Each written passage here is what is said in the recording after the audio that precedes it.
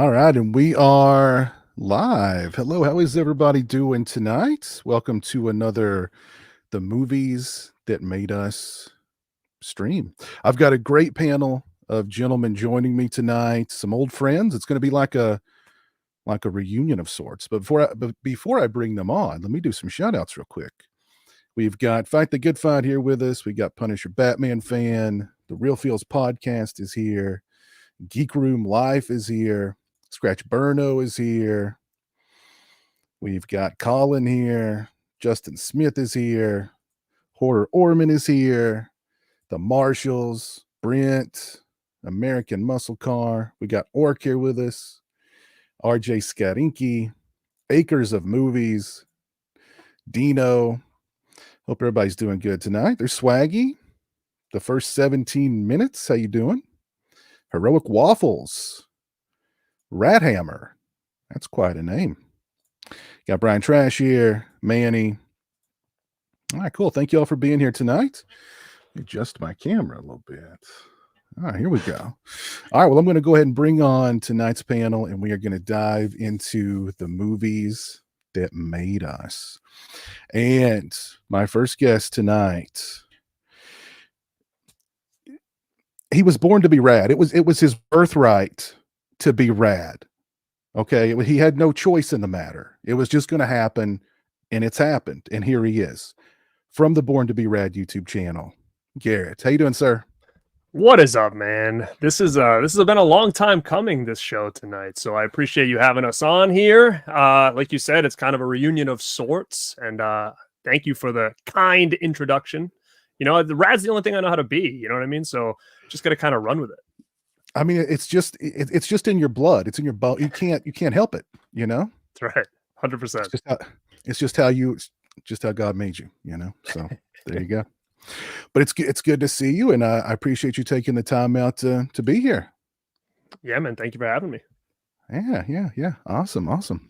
Also joining me tonight is one half of Deadpit Radio, the original ballers and shot callers of horror radio. His name is Uncle Bill. How you doing tonight, sir? If I was any better, I'd be twins. How are you doing, Biz? Doing pretty good, man. Doing pretty good. It's good to see you. Yeah, it's good to be here, man. Yeah, it's been a while since we've been face to face, I guess. Yeah, it seems like that we're like two ships passing in the night. We both always go to like these shows, but we never go on the same day. So it's like we never see each other. Yeah, I know. Which used to be totally the different case. Like we used to run into you all the time at Scarefest or Fright Night or just here and there. So yeah. Boy, Fright Night, that'd be an interesting subject to talk about, considering all that. But yeah, I'm sure we'll talk about some, all right. We'll talk conventions here at some point. I'm sure. But Fright Night. It's great to be on though, man. Well, it's good to see you. Thank you for being here, man. I appreciate it. And joining me is the other half of Deadpit Radio, the creepiest man I know, the creepy Kentuckian. How you doing tonight? I'm doing good, man. How are you? This feels like 2008. I know it feels like we're about to start talking about SummerSlam or something, or no, not SummerSlam, but like Halloween Havoc or something. Yes, 100%. For sure. But it's like old times, man, getting back on here and talking a little bit of horror with you guys. And we might sprinkle a little wrestling in there. Who's to say? Well, we already have. Who's to say? I'm sure there'll be a sprinkling of wrestling and conventions and all kinds. Who knows? It's live. Who knows where we'll go? So we might talk about a little Cruel Peter tonight. Oh, Cruel Peter! I bought that, but I was like, I can't watch that. I can't watch that. Well, with a cover like this, I mean, come on, who wouldn't buy it? You're really hyping that Cruel Peter up. Yeah, he's really all about Cruel Peter. You're riding the Cruel Peter train. Wow, the only he can't keep his hands off Cruel Peter. He can't. He loves it. He's promoting the hell out of that thing. I'll tell you that much. I shouldn't. We got hammered for playing that trailer the other night, and they're really protecting the Peter over there. They're cruel over there, man. Mm-hmm. Oh, that's a Lionsgate movie. I think it was Lionsgate. They put a copyright thing on you for playing Cruel the trailer. Peter. And Cruel Facebook Peter. completely took the video down. This was the only trailer that we played on that show. Not even Facebook or not even Lionsgate wants you to know that Cruel Peter exists. Evidently. So They don't want any promotion for Cruel Peter. There'll be- There's not going to be a Cruel Peter 2 anytime soon. Yeah, there'll be no talk of Cruel Peter on Facebook's watch. I'll tell you that much. nope. Go on it. Nope. Zuckerberg took care of that. That's for sure. But anyway, let's get into talking about some movies that made us. I feel like we've known each other for many years. We did a lot of streams and a lot of shows going back a long time. But I think it'll be interesting to hear, some of the movies that really made you guys love movies, and then we'll segue into, the beginnings of Deadpit Radio and Born2BeRad and whatnot. So Garrett, let's start with you, my friend. Give us a movie that had a big impact on you. I think a movie that had a big impact on me, if I can just throw one out there, would be Flight of the Navigator. I think would be one that I would kind of pull from a young age. It was one that my mother taped for us on TV. It must have been like a Disney Sunday night movie or something like that. And it was kind of my first time ever watching a movie that was like technically a kid's movie, but there was elements of the movie that kind of were sci-fi, but kind of scary at the same time. Like he went missing in the woods and he wakes up, goes home, and his family's not there, and he starts freaking out because like he doesn't know where they are, and he's crying and stuff. And as a kid, probably even younger than he was at the time, it was pretty scary, and it was a cool movie. And I think it was kind of a little bit of a gateway for me to start like really getting into movies that had more of like horror elements to it as a young kid. And I think that's definitely one that did it for me. It's as a young age, that's one of the early ones I remember really loving and watching constantly. Gosh, that's one I've probably not seen in 20 years. Only thing I remember about that movie is he's got the super cool chair and like the big metal, and that little thing Paul keeps Rubens, like coming around. Paul him. Rubens' voice. Yeah, it's or Huey, laughter or whatever. Yeah. Kids movies were a little different in the 80s though. They did, it's not like today. There was some interesting stuff in some kids films of the 80s.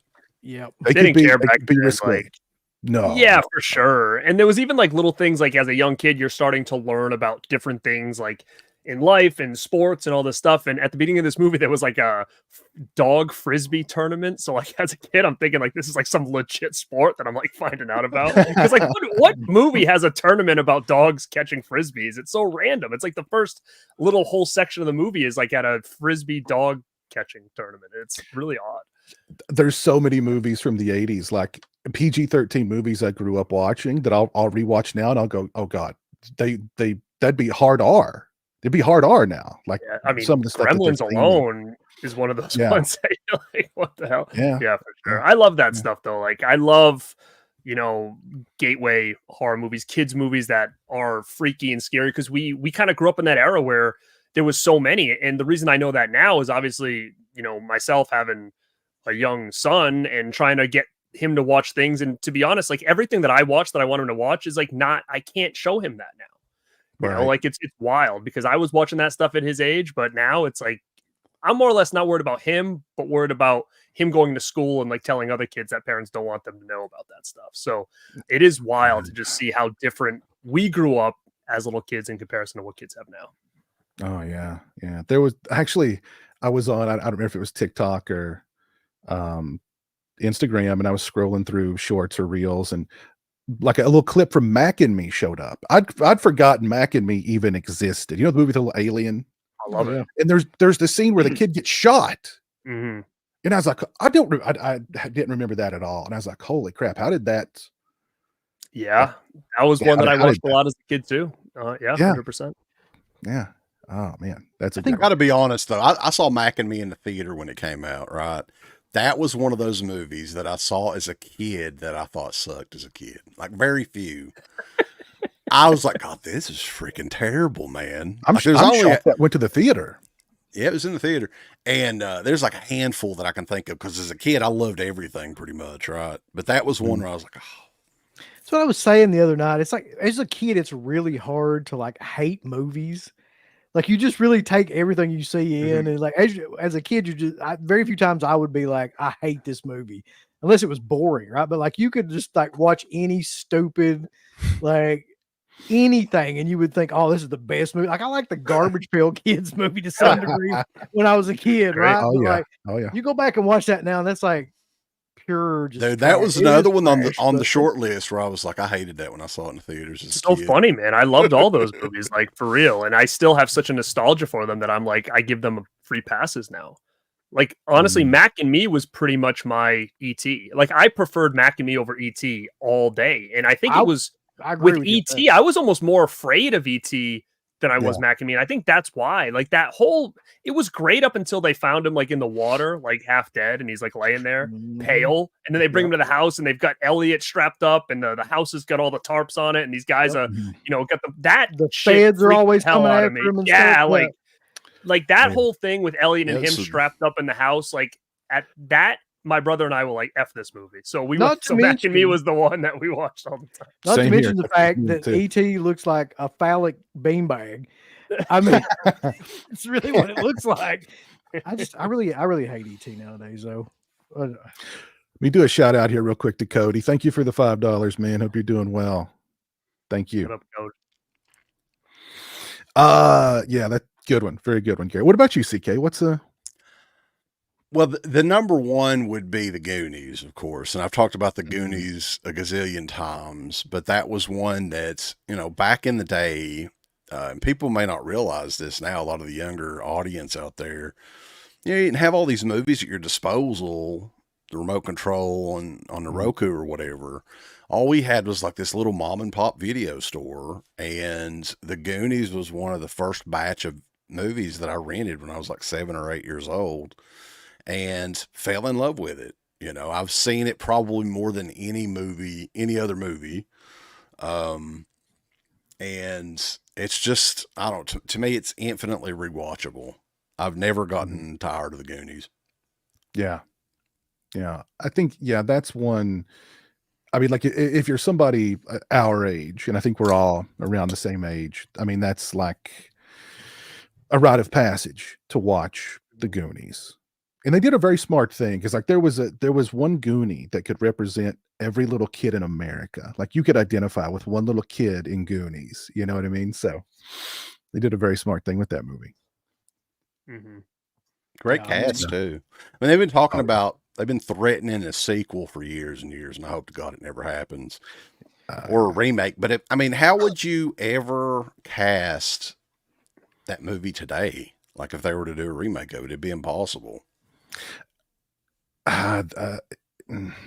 They could do it. They would do it. It'd be impossible, but they do it. They'd figure out. I mean, it'd be half of the cast of the new It movie and half of the cast of, well, I was going to say Stranger Things, but half Stranger Things is half the cast of the It movie, right? But it's so wild when you think of Stranger Things, because, you know, it's been kind of MIA for so long. You still remember them as kids, and, you know, 11 just got married. Like it's freaking crazy. Oh, now. that's right. Yeah, she's like 20, Yeah. early 20s now. Yeah.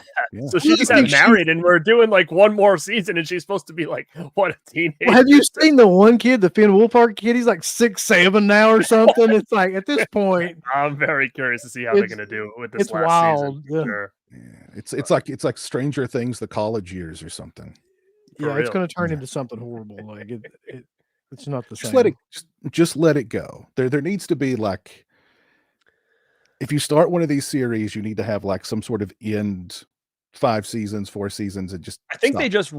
they said that they just finished the reading for the last season, and one of the kids, like everybody was crying at the end or whatever, but because it's over. But this is going to be the final season coming. But I mean, at the same time, they're still old in comparison to, you know, with COVID and stuff. Like, remember they had to take like 2 years off and all this stuff, and it's just been wild, that whole thing.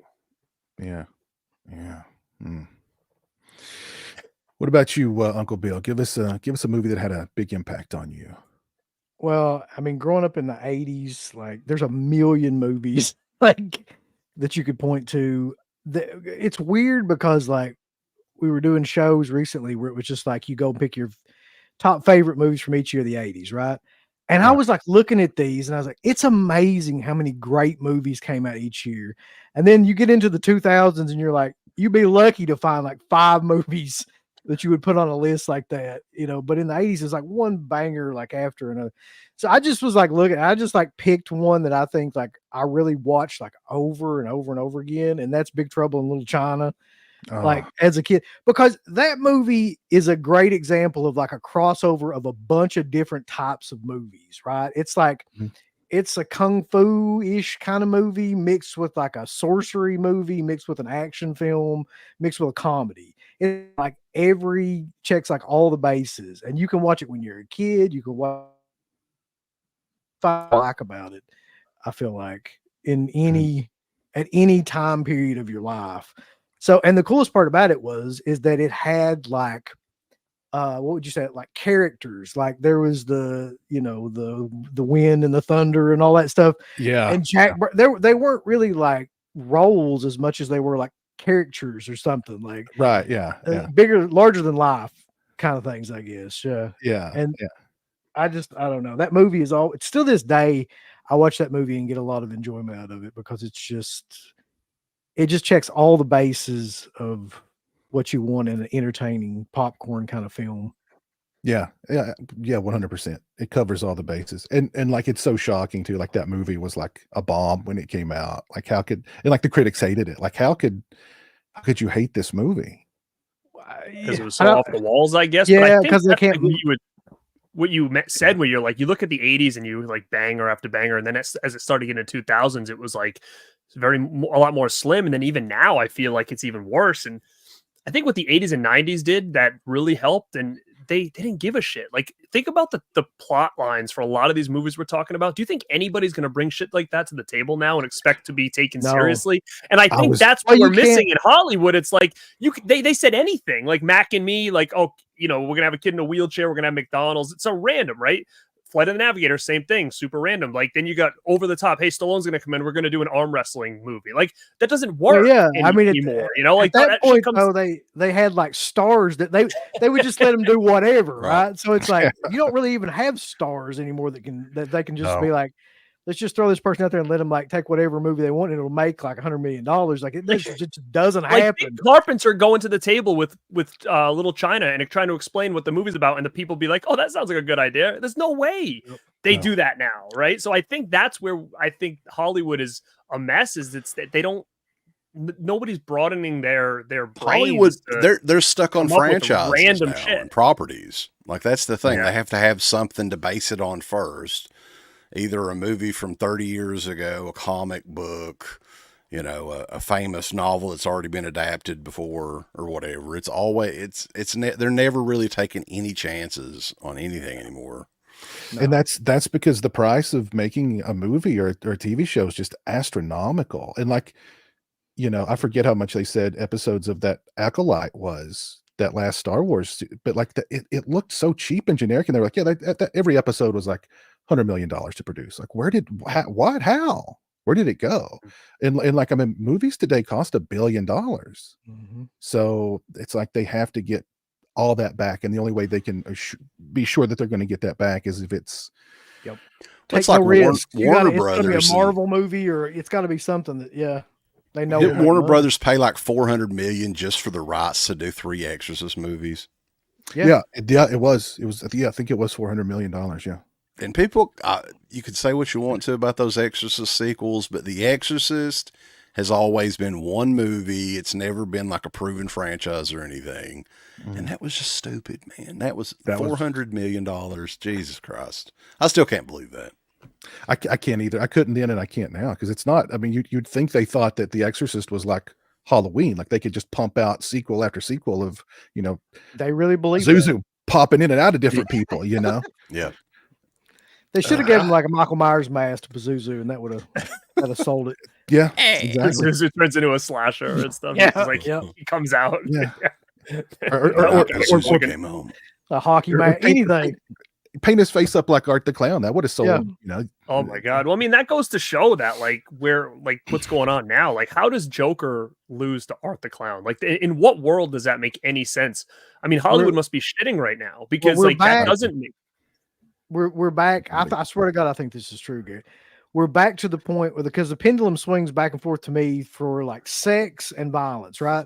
So you can either have like a time period where like you can show all the sex you want, or you can have a time period where you can show all the violence you want, but the audience won't accept like one or the other. So we're at the violence point right now. Like everybody's fine apparently with like just the most brutal violence, but I defy you to find any like movies that are like overly sexualized that are getting into theaters and things like it just doesn't happen. Like No.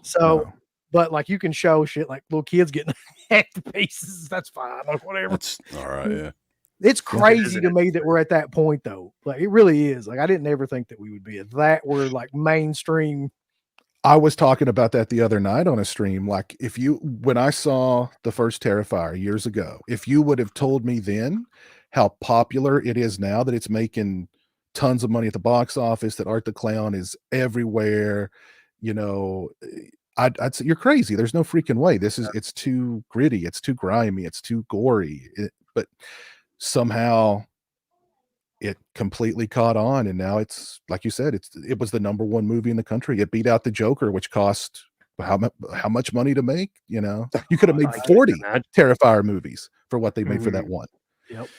Do you guys think after like, what has it been now, 25 years, that people are finally getting sick of those comic book movies? 100%. I think people have been sick.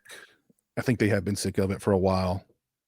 But what's going to be their answer here? Is their answer going to be like some of these, like Longlegs was good. Like, so a lot of these like lower budget movies, like what are the big studios going to do now? Are they going to be like, we got to bring back Saw. We're going to do a Hostel remake. Is that their answer though? Is like, they see gold. Like, so they're like, probably. let's get properties that did this back in the 2000s and we'll just rehash them instead of coming up with your own shit. Like, that's where I don't know where they're going to go here, because they've got to be looking at what's going on right now and say, okay, something's going to give, because there's no reason that this movie should have made that much money. Well, one of these big studios is throwing fortunes at Damien Leone for Art the Clown. But you wonder what he does, because they said that they were throwing some money at him before, and he said, I'm going to do it my way, because I'm not going to adhere to what the studio wants me to do.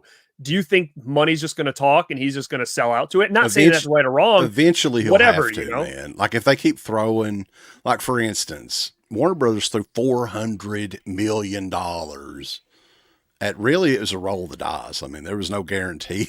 And of course, I still don't think they're going to make that money back.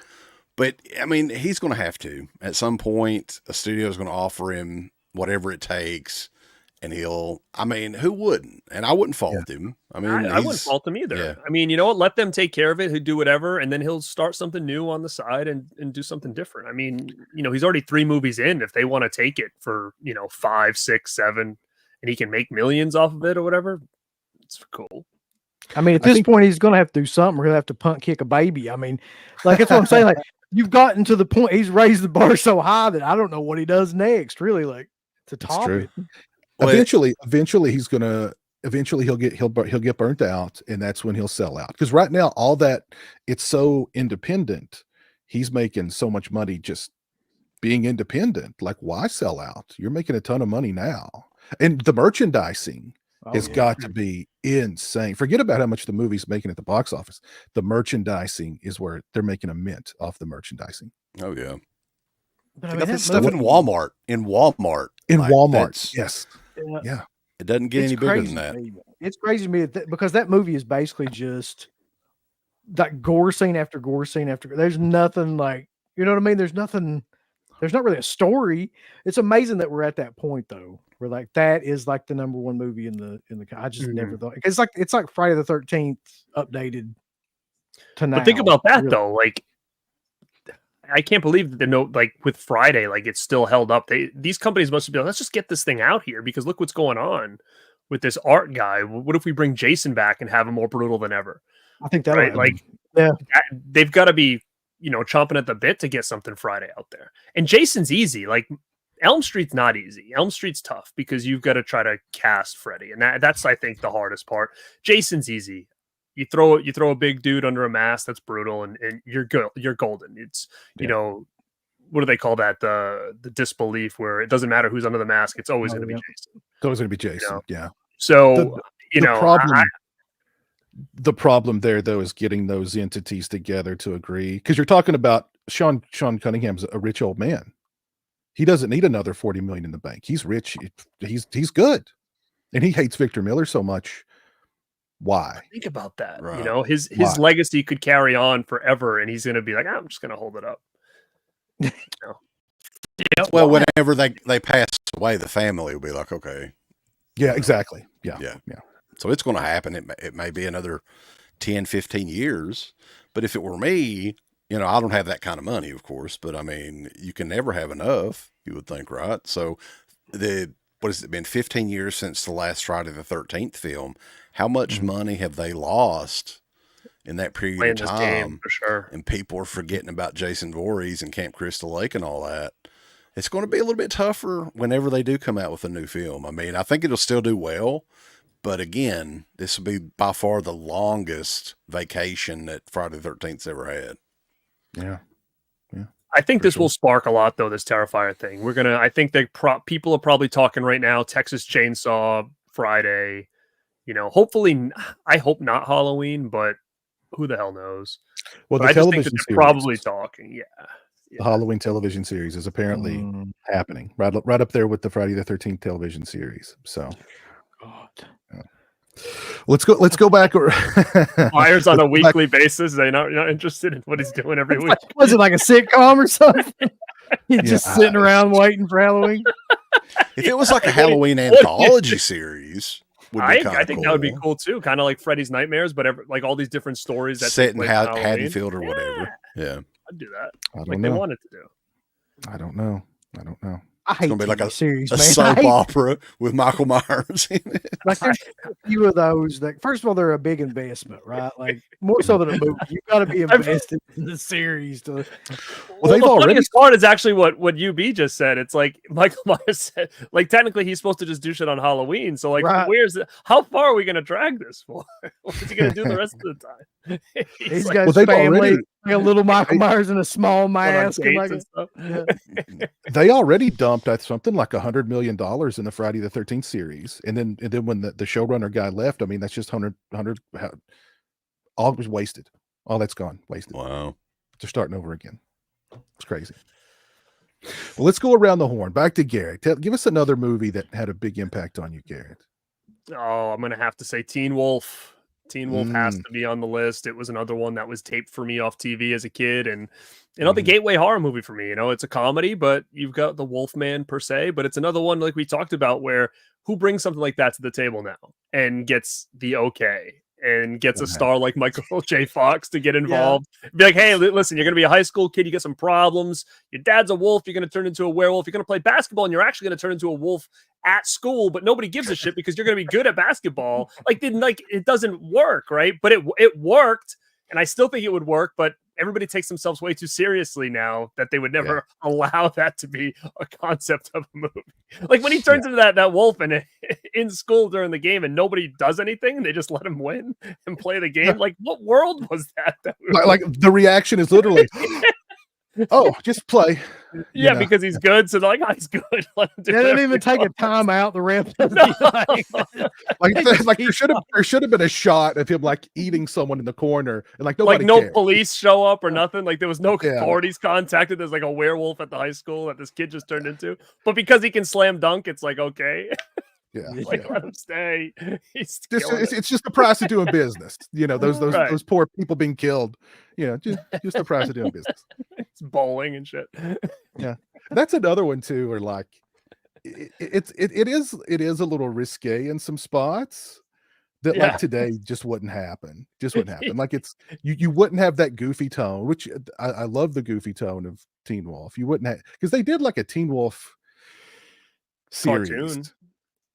Cartoon. They They did a show. they did They did a series. series. I never watched that. I don't know if it was didn't like either. similar tone or like It was wasn't it very a little more dark. serious. Yeah. It was dark, broody, Twilight kind of stuff, but with a werewolf.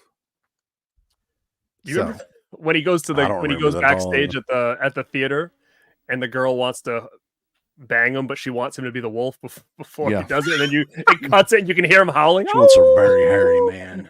Mhm, mhm. And then later her I'm trying to boyfriend look. I'm trying to like- figure out the physics behind that, but okay.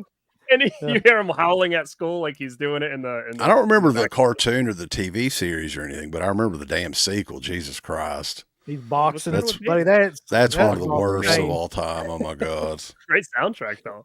Great soundtrack. Yeah. Like I could vision myself playing basketball with a wolf. I'd just be very far away. But like if you're one-on-one in the ring with him, you're in trouble. You know, I'm not You not can't dealing box with a that. werewolf. Isn't like half of that movie a montage too? Like it's all it is really. It's like Yeah, well, the barely funny over an part hour. is he was accepted to college under a scholarship because the coach thought that he could be a wolf. That's why he was there. That's why he was in college. That's right. Yeah, I because the forgot coach about had that. Michael J. Fox and the other one, so they're like, "Oh, it's his cousin. I'm going to bring him in here on a full scholarship to box because he might be a wolf." Like Yeah. that doesn't make any sense. Why are you giving this kid money? He might be a werewolf. This guy would come up. It's a killer. But it's such a great movie, and it's got that perfect 80s, you know, goofy kind of tone about it, and that's just one I could watch like any time of the day. Such a good movie. Same. Love it. Great pick. What about you, CK? Give us All another right. one. I'm going a little bit obscure with this one, but Garrett was talking about Flight of the Navigator, and it reminded me of another weird kids movie from the 80s. And this one was played a lot on HBO back in the day, I think. And I think Garrett and I were talking about this movie, and it's one of those movies, is this movie real? Did this movie really happen? Does this exist? Right? And I'm talking about, this is out on Blu-ray now, thank God, so people can see it. The Peanut Butter Solution. And it's like Canadians. I love Canada and all the Canadians out there, but they have some interesting kids movies for sure. Mhm. And this is one of them. There's a scene, the Peanut Butter Solution, something happens where this kid loses all of his hair. He gets scared. You get scared of something. You get and it's scared, terrifying. right? So if you get scared enough, you can lose all your hair. I'm scared to death as well. But That was from the So, like- conventions. They were getting too big. he finds the peanut butter solution, right? And it makes his hair grow at a rapid rate. And eventually he gets kidnapped by this man that runs a paintbrush factory so he can make paintbrushes. There. And there's another scene in this too, and I swear to God, this kid's what, 12? He's got to be like 11 or 12. Yeah. It's so bizarre, but like it stuck with me. So Mhm. I mean, that's what I'm going by with tonight's show. He puts a little bit of the peanut butter solution down where, Garrett? on his sack. And I swear to God, man, the hair is crawling down his pant legs and people have to see this movie to believe it. It's so out there and bizarre. Thanks, Canada. Who put this thing Yeah. out on? Who put it out on Severin. Blu-ray? Severin did. Oh, that's right. Yeah. So it's a funny story you bring that up because when I was a kid, my parents used to rent us movies like on a Friday or whatever, and it would be family night. My mom rented this because she's like, "Oh, this is one we haven't seen," and that scene stuck with me for so long. And I brought it up to my other kids and my brother like later on in life. I'm like, "Do you ever remember a movie where like this kid put like peanut butter on his balls?" And they're like, "No, like what the hell are you talking about?" So I literally thought I dreamt it for so long. And then as soon as we got our first computer with like AOL, I remember typing in like movie with kid puts peanut butter on his balls, and sure enough, Keywords, it peanut came butter up. on balls. It popped up. Yeah. Like, that's And then what I the searched, feds came in and like, checked your browser history and like, what the But hell? the thing was, there was like chat rooms or like little blogs and people like saying that they thought they dreamt it and all this stuff. And I was like, holy shit, I'm not alone. Like this really was like a fever dream for a lot of kids because back in the day, we didn't have access to figure out like where these movies were and all this stuff. You Right. forget the title, it's like game over, you know? Mhm. So yeah, that scene stuck with me as well. It was so bizarre as a little kid watching. I've heard of them. I'm gonna have to watch it though. I've heard of You've it. got to see it. You've got to see it. It's on my list. I'm gonna have to finally buckle down and watch it. So It's a memorable one for sure. Okay, but only in the 80s could something like that be made. And Canada. In Canada, yeah. All right, Uncle Bill, what do you got? So back when I was a kid, they had something called VHS tapes. I don't know if anybody remembers them, but you could like record stuff on them if you put like a little piece of tape on top of like a part of the VHS tape. Yeah. So there was, and I've talked about this movie to death, so I'm not going to talk about it anymore, but there was a tape that my dad had made that had 3 movies on it. It was Dawn of the Dead. I've talked about that movie until like I'm tired of talking about it. It's the greatest movie ever made, but I just don't want to talk about it anymore. It was Dawn of the Dead. It was Zombie right underneath that. Lucio Fulci's Zombie, which is also great. And then the one that I'm going to talk about, because like it really had a huge influence on like the way like I looked at horror films and comedy and stuff like that. Basket Case was the last film on that. Basket Case to me is the best grindhouse movie that there is. To me, it's like the ultimate grindhouse movie because it's New York. It looks like shit. No matter what version of that movie you get it like on a 4K, whatever. It looks awful. I mean, it just looks grimy and gritty, and like everything in it is saturated in some sort of filth. And then you've got the actual storyline, which is absolutely crazy, which is, this guy's walking around New York on this death hunt for these doctors that separated his conjoined twin, and he's got the twin in a basket, and he just drops it off at different places. The little guy like gets out of there, crawls claymation style over to like one of the people. And one of the best scenes to this day I've ever seen is when Bilal, the little twin, gets upset that his brother left and he trashes the hotel room, and it's a claymation like scene. It's all like stop motion and all that shit. Yeah, throwing like TVs and stuff. And, I like when they get in a fight at the end or whatever. And he's hanging from the sign and everything. Don't forget the scene where Belial has sex with the girl that his eyes like glow like a certain color when he gets excited. Yeah. Who could forget that? Wait, that's not supposed to happen? The ultimate betrayal. Yeah. Wow. Garrett do the same thing when he gets excited. Same style. That one is when you think of grindhouse, grimy, gritty, grainy, like New York City of that era where it's just porn shops and strippers everywhere, New York, the Times Square, that's and I love movies of that era because you just don't have that anymore. It's like a little time capsule. And you nailed it. Just the weird thing about that movie is to me too is like when I was a kid watching it, I completely ignored the fact that there's prostitutes and drugs and like guys running around with their wieners out. Like I didn't like notice any of that. The only thing I noticed was like how cool the monster was, and like how cool like the idea of like Bilal was.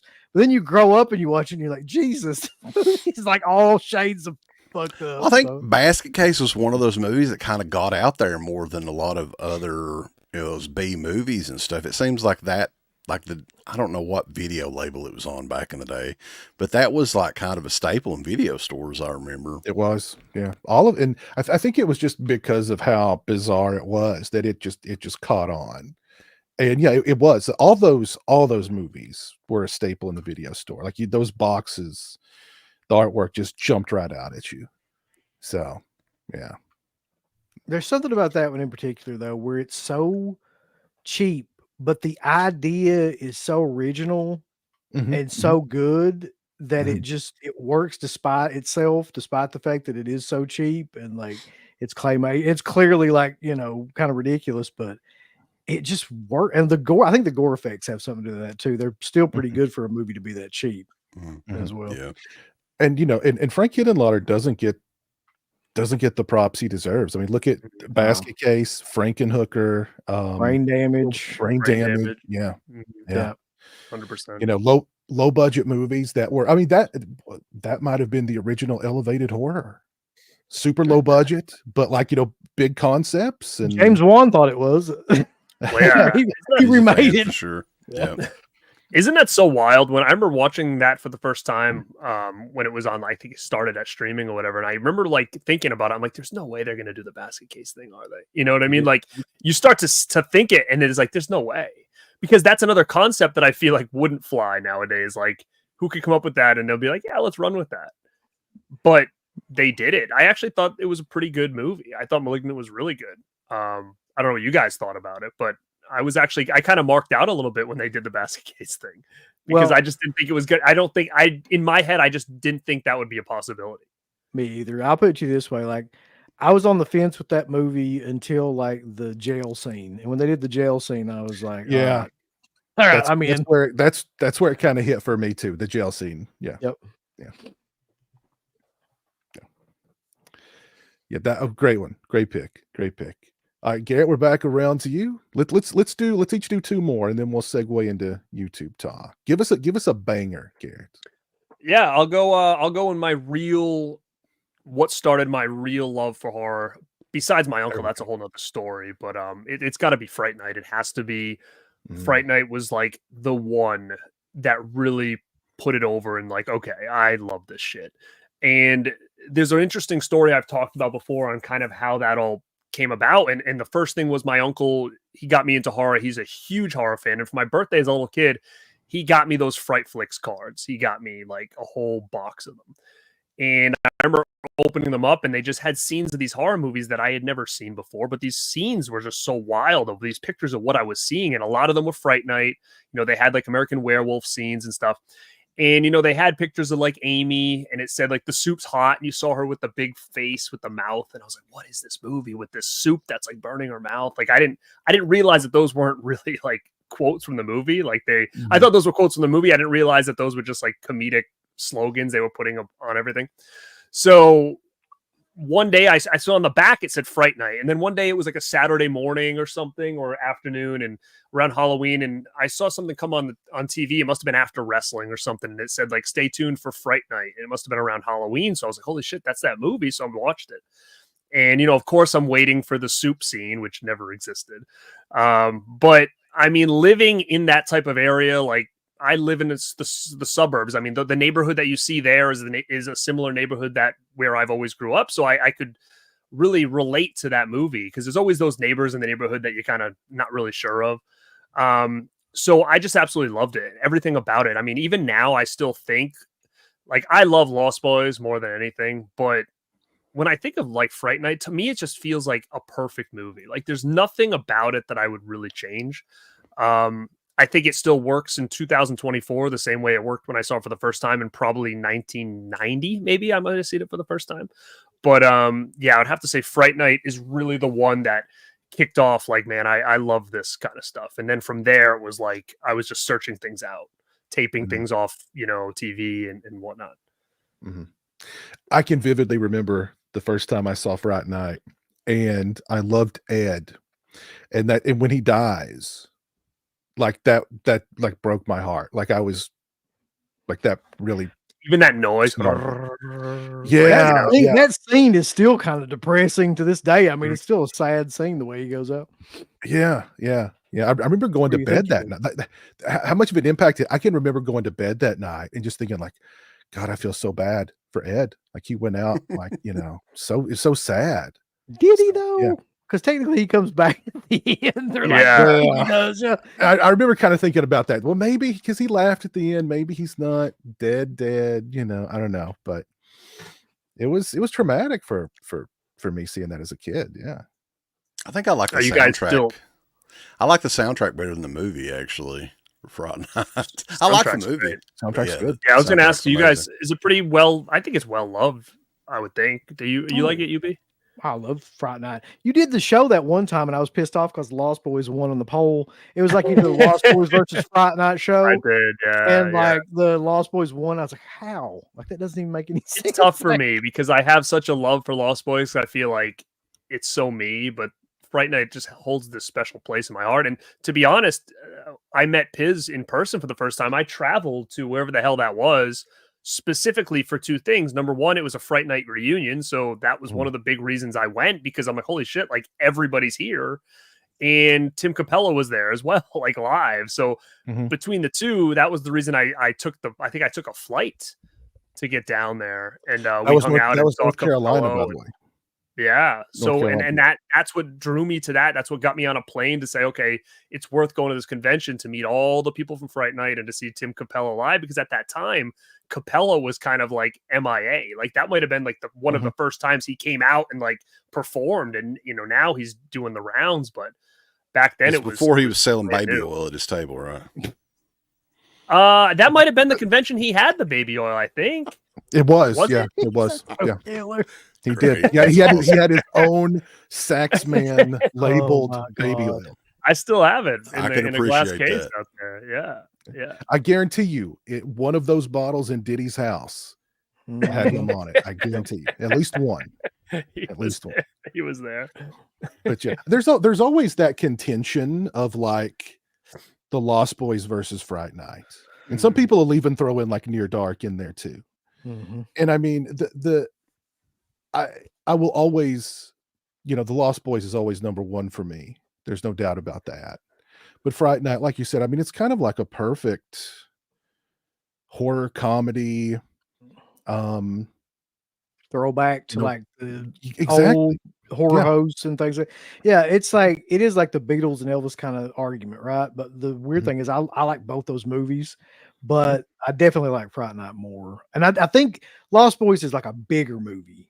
Like it's really a huge on like a scale kind of movie. It takes place in like It's like a music video in comparison. yeah, to, all these different places and like all these big set pieces. And Fright Night is a very small kind of intimate movie, really, to me. It takes place in this like its neighborhood, basically. So I think that's why I like it more. Yeah. And listen, I love the sequel, and I have begged for a Blu-ray for years and years and years. I think that movie's totally underrated. It's underseen. I love that movie to death. I'm gonna say, if you guys haven't, if you go back maybe about a month, I did a video all about Fright Night 2 and what's going on with it and whatnot. And I'm gonna tell you this: I had a guest on there that's kind of in the know, and it's not dead. It's not dead.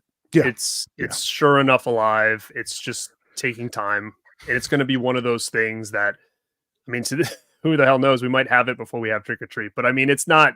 It's It's dead, looking that way. So for anybody that is a huge fan of Fright Night 2 and you want to go check that video out, and you're going to get some insight. Obviously a lot was not talked about. I had to edit a lot out just due to specific things, but it's a great conversation on kind of the legacy of Fright Night 2, and his is the person that we've talked about it before years ago, because there was always rumors about it coming. I think I even messaged him and said, if this thing comes out, we got to do a show. Like, I think I even brought it up to you because you were the only other person that I knew that was such a huge fan of Fright Night 2. I think it's gotten a lot of love recently just because I think the lore of it, but yeah, I mean, it's a real cool sequel for sure. Yeah. It was Chris, was Chris McGibbon? Yeah. Okay. Yeah. Okay. Yeah. I've heard so many stories about, like, at one point they were just going to put it out and be like, see if somebody sues them. Like they're just going to throw it out there. And if somebody sued them, then, okay, well, then you own the rights. Well, let's make a deal. Cause from what I was told, like, it's just been this exhaustive pursuit of like trying to find, like, this detective story of trying to find who owns what and blah, blah, blah. And it's crazy. And there's been a lot of people on the detective story, but then what happens, I think, is this, as soon as there's too many obstacles, people start just giving up and be like, we have other shit to do. Well, this is one of those weird things though. Like, does Fright Night 2 have the audience like some of these other movies, like Trick or Treat that's coming out? Or, I mean, would it, if they have to make some sort of crazy deal with these people that really don't want to release it, or I don't even know what the deal is, would it be worth it to them to? I think it would now, because honestly, like, I feel like Trick or Treat didn't have that big of an audience until it got hyped as this movie that was, everybody wanted it upgraded. Like, growing up, you didn't hear about Trick or Treat a lot. I feel like I hear more about it now. So I think Fright Night 2 would be in the same boat. And I think, you now see how things go now. Something's released on 4K and it could be the biggest piece of shit, but because it's new, everybody talks about it and it gives it some life, right? So why would Fright Night 2 not be even bigger than that? It already has a movie that, standalone is a classic. And with Fright Night 2, there's no bullshit there. Like, it's a real good sequel. And, a lot of these movies that are coming out that people are hyping up that everybody universally hated at one point, Fright Night was never that way. I don't think Fright Night got the attention it deserved because of all the shit with Menendez and all this other shit that's going on. It never really had a chance. And I think the people that know about it, that like it, that know about it actually really like it. Yeah. And that's another one with a great soundtrack too. Great soundtrack. We had a couple of people mention Trick or Treat in the chat. Have there been any updates on Trick or Treat? Do we know anything that we can say publicly about it? Man, all I know is end of year is 100%. That's all I know, right? But I was even told that Halloween is still. I wouldn't say that. Let's go back here for a second, though. Yeah. You can go back to our show. Michael Felcher, who is Red Shirt Home Video, it's him. He laid a guarantee out that it would be out before Halloween. He's got a week left. So nothing. I don't know what the hell's going on with him, man. He did our show. He did our show and hasn't said anything else to anybody that I know of. Definitely nothing publicly. I will tell you this, though. I don't know if I'm going to go. I should. But next weekend, I'm supposed to be in New Jersey, but I got asked to go to see the 4K next Sunday night here. So it's going to be screened. So I'd be able to see it. It's done. I'm probably going to kick myself in the ass if I don't go. But again, it's done. There's still, I guess, pieces of the puzzle that is somehow holding it back. I don't know done. What that is. They had it on streaming last Halloween, right? The 4K trans. Is it an issue with? Do we know? Is it an issue with music rights or materials? Or extra material, from what I've heard. He's wanting to put some new extras on there, I guess. Or I think what it is there's a lot of, and I could be wrong, but as far as what I know is, it's almost like he sent a lot of shit out when they were starting this to people. Like, do you want to be part of this? Da da da.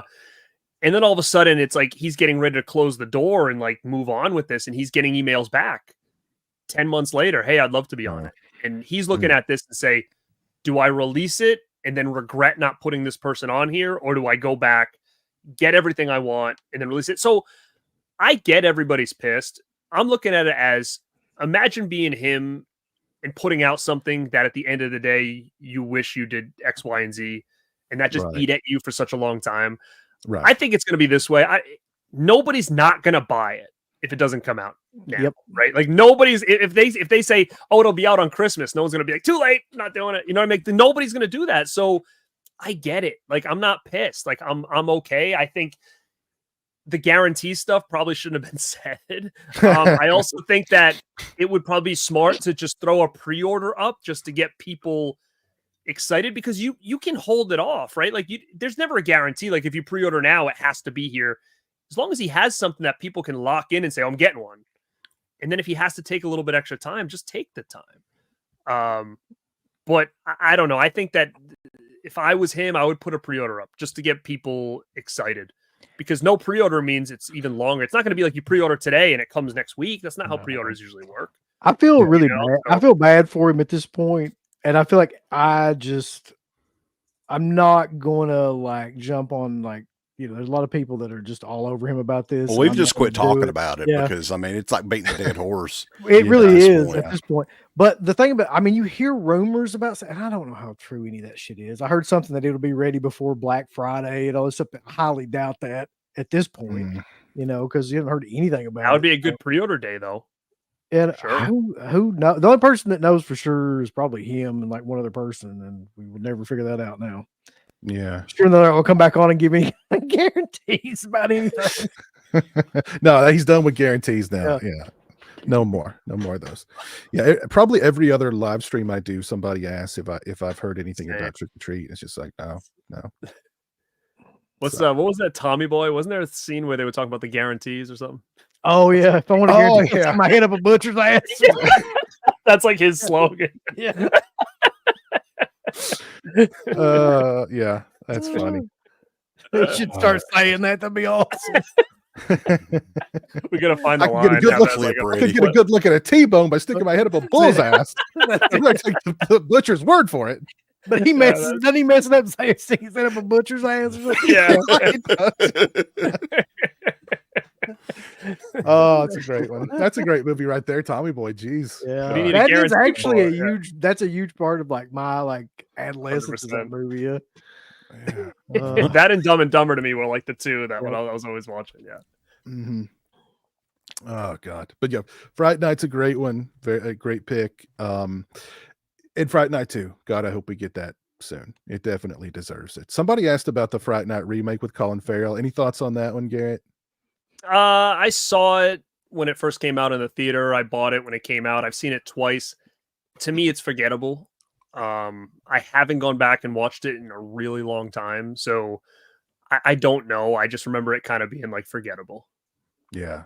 I mean, it pretty much is. There is one funny scene in it though that like, you can't a vampire can't. Oh, when he can't come house. in. And he's I like, do "Okay, remember well, I'll that. just go outside and set your house on fire. And then you'll have to come out to me." He like pulls up the gas line. Like I was like, Yeah, that's cool. Perfect. Yeah. Mm. So and I like Colin Farrell. I think he's a really good actor. And if you guys aren't watching the Penguin series, my goodness. It's really good. Really good. CK, what you got for us? Maybe the first two horror VHSs I rented as a kid. Like that was kind of a big moment for me. My mom, I had pretty cool parents back in the day, would kind of let me watch whatever the hell I wanted to. I mean, I thought they were cool, but she was the one that got me into horror movies at probably the age of 8, 9 years old, something like that. And I can still remember the very first two that we rented. And they, a couple of doozies, boys, got me into Friday the 13th. It was part 6, which I'm not a gigantic fan of now, but that's the perfect introduction to the series for a kid. Yeah. For a little kid, part 6. Mm-hmm. Yeah. And, because I burnt through those Friday the 13th movies, like all of them after that. I went, I guess they were up to part 8. I made them take me to see part 8 in the theaters when I was 9 years old. So yeah, that was a big thing for me, seeing that for the first time. And Psycho 2 was the other one that we had rented. And I will never forget, I think it's the final scene in Psycho 2. I think everybody that's seen that remembers that thud. And yeah, I mean, those two got me started, man. Like that was what opened the floodgates for horror when I was a youngster. And it seems like back then, I mean, at least to me, maybe I'm wrong. Maybe for you guys, it was a little bit different, but parents weren't so uptight about, watching scary stuff or horror movies and stuff like that. Like it was a different time. Mine was. Mine So, were.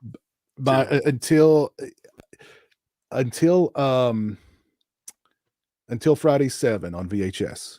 After that, the floodgates opened. But before then, I mean, like The Lost Boys, for instance. The Lost Boys was safe, according to my mother, because it's just vampires. Like vampires aren't going to cut you up with a chainsaw and do stuff like that. You know what I mean? Right. So I could rent The Lost Boys as many times as I wanted to. But Friday the 13th, Nightmare on Elm Street, Chainsaw, everything had to be approved by her. And I got shot down for a lot of stuff. But part 6 opened the floodgates for you. It was part 7 for me. That's another good one for a kid to watch, I think. Yeah. Because my stepdad came home with the tape. He rented it for me. And he said to her, it's just a movie. Let the kid watch. He wants to see the movie. Let him see the movie.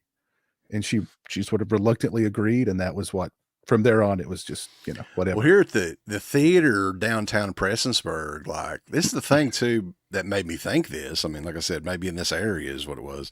If you had the money to get a ticket, you could go watch whatever the hell you wanted to watch. Me and a buddy of mine went, like the earliest one I can think of that we saw, we were 8 years old, Return of the Living Dead, part 2, when that one came out in the theaters, right? Mm-hmm.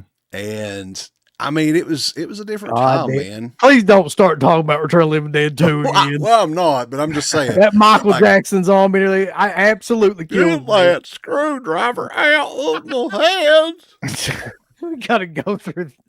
I just I love Return of the Living Dead too. I know you. I do too. I don't I do understand too. it, but I know you do. But yeah, I mean, it's just to me like Eastern Kentucky. I guess is a little bit different. They didn't give a shit evidently. So No. Yeah, I was pretty censored as well. It was one of those things where I always wanted to get into horror because, like I said, my uncle was always pushing towards it. But I started watching things like Are You Afraid of the Dark? Loved it. X-Files, loved it. So like those were kind of my introductions. And then what was happening was then anything that was on cable TV I could watch. So that was my introduction to a lot of horror movies was, they would do the Friday the 13th marathons and I would sit home with friends and watch the whole thing. And, everything was cut basically, but those were where I was introduced to a lot of horror movies. And I used to just tape them off cable and I had a whole stack of horror movies. And then the transition for me was Scream. Scream was the transition because that was the first like real horror movie that I was allowed to see in theaters kind of thing. And then after that, really? It was like, yeah. Damn, you would have been what, 14, 15 by that point, right? 96. So yeah, I was in 8th grade, I think, when that came out. So wow. I keep trying to tell people, man, like everybody owes a debt to Scream, because what people forget about that movie is that it made it cool to like horror movies again. Like before that point, it was just like the worst thing ever to even think about. And that movie made it cool to go back and look up other horror films. It basically made what we do cool, like for a period of time, or at least like people got back into it. Like, you know what I mean? Like I'm sure there were some people out there that were still like into horror films and checking out old horror films, but it just brought all that back. Like it all back to the mainstream. Yeah. All the references to Friday the 13th and Halloween and Nightmare on Elm Street and all that stuff that were in that movie just. Yeah. Well, and just think of the movies that wouldn't have been made if Scream wasn't a success. Yeah, that was the one I remember seeing in the theater, which opened the floodgates. After that was in the theater, it was like getting so much hype. They were just like, yeah, whatever. You obviously like this stuff, do whatever.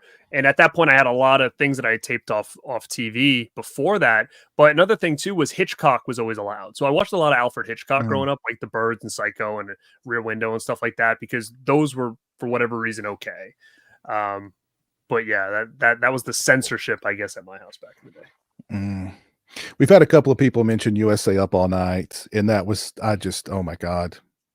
Every Friday and Saturday night, I was watching USA Up All Night. That introduced me to so many, schlocky, sleazy horror movies that, of course, were censored for television, but still, I mean, it was like you were watching something risque. And of course, Rhonda Shear was introducing the movies and lying on a bed. Weren't they trying to bring that back? Isn't that? I'd heard that they were gonna. I think maybe it wasn't for Shudder. I think maybe it was for Screenbox or something. They were going to do some sort of Up All Night kind of thing with Rhonda, but I don't know if that's. I don't know where that is now. Seems like I heard something about that a while back. But yeah, that show was on for a long time too. People don't realize that it was on for what, at least 10 years or 15 years maybe.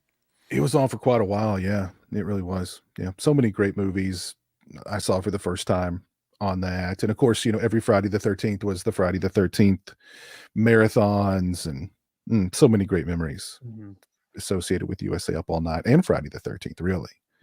But yeah, that was the only way to watch those back then, unless you paid like, what were the tapes? Like $80 or something like that, new or whatever. This is before you could get them. Yeah. I don't know if you could ever get them at Walmart, to be honest, but a lot of the retail stores and stuff didn't really carry them up until a certain point. Have you noticed that like a lot of people our age, like you can kind of tell what movie got them into horror? Like clearly I think, for you and I, CK, it was Friday the 13th. So Friday the 13th for us is like special, but then you have like the Nightmare on Elm Street kids.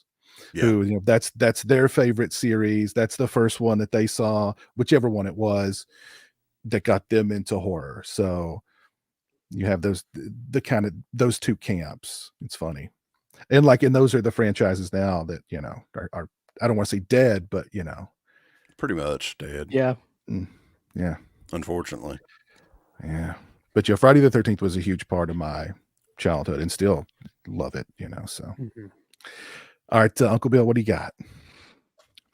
So I'm not even gonna front with this movie. Like, this is not like an avant-garde or an artsy pick or anything like that, or any it was a blockbuster, but it's the film for, like, when I was growing up. It was the film, and it was probably the film that I saw like the most times in the theater, at least 6 or 7. I went like every day, and it's Terminator 2. Like, it we're like, I think that was the first movie where I marked out so hard for that movie that when the VHS came out, like, I would put the Guns N' Roses album on in the background and turn the audio off and like listen You to dream you're riding on a bike or something. Yeah. I listened to the Guns N' Roses like record over top of the movie as it played. Like I was doing my own Pink Floyd Dark Side of the Moon, Wizard of Oz mix with that movie.